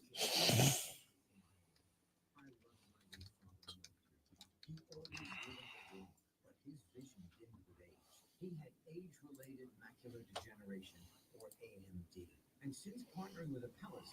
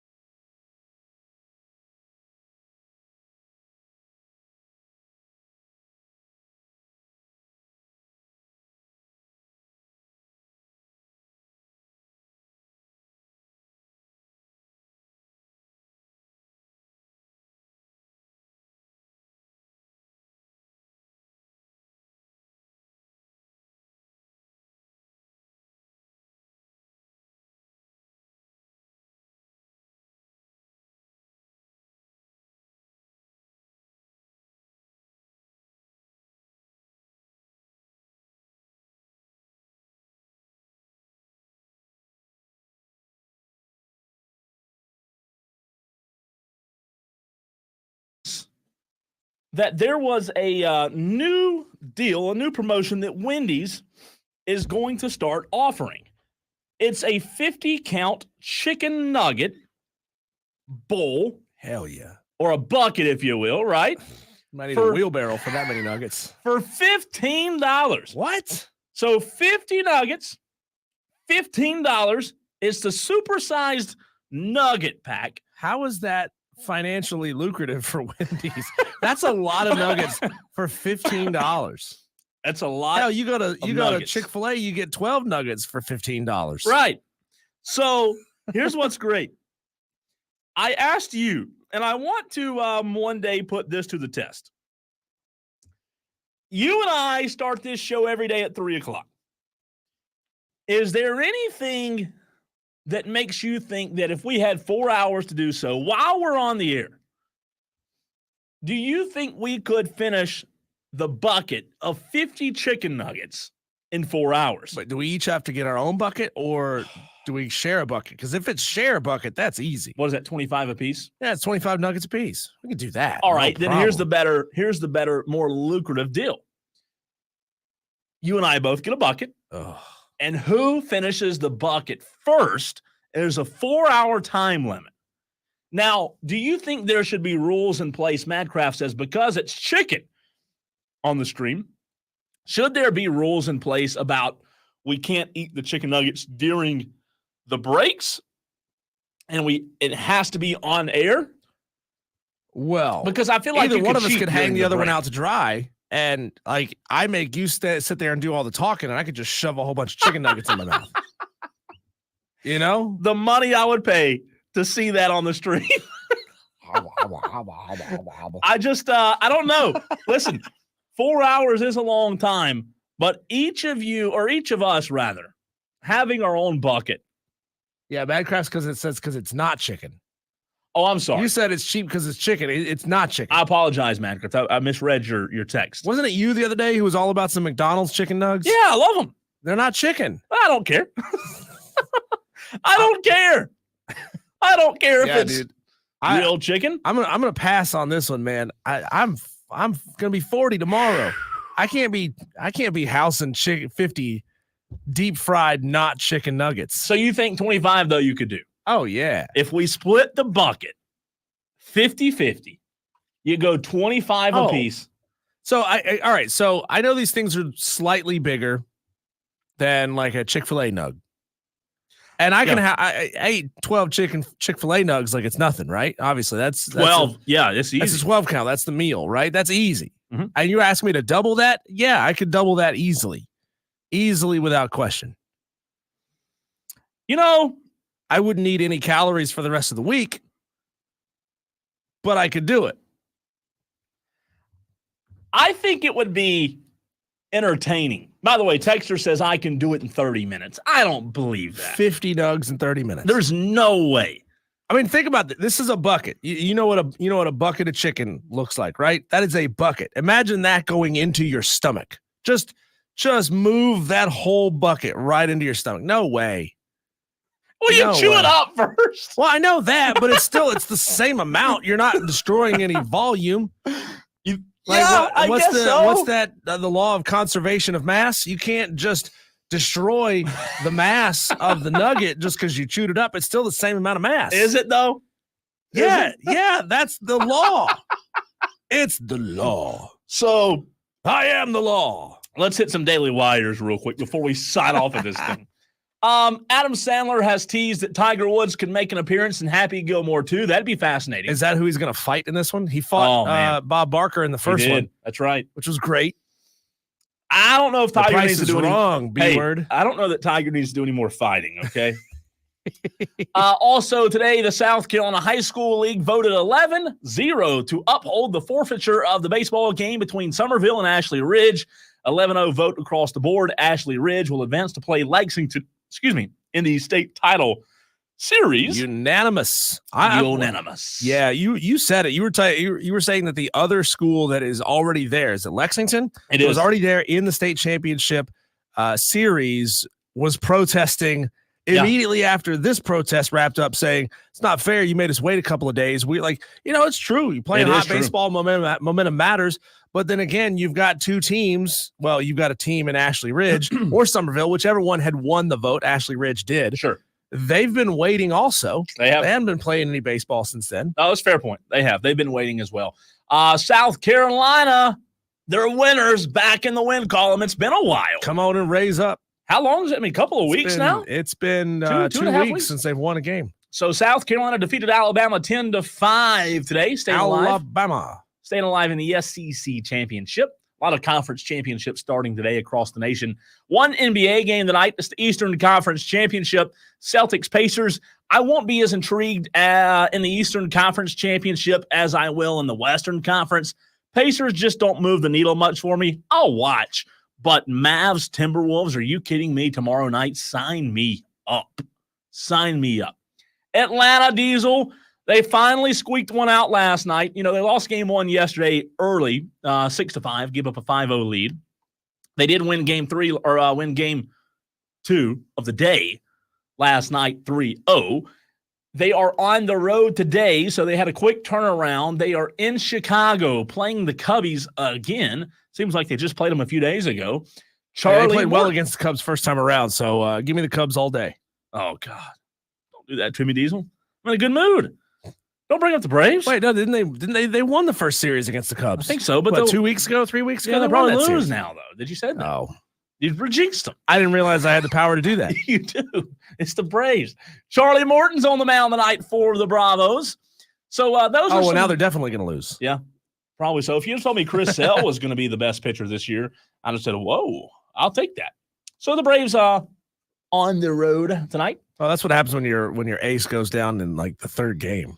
Yeah, but you still have Max Fried, and they've got to be better, man. I know we're down on them right now, but they've got to be better. Speaking of ACC and SEC baseball, Cole, the pool play for the ACC tournament started today. We don't have results on the first two games. Maybe we can effort that here in the next couple seconds. Who's this? Miami, Louisville.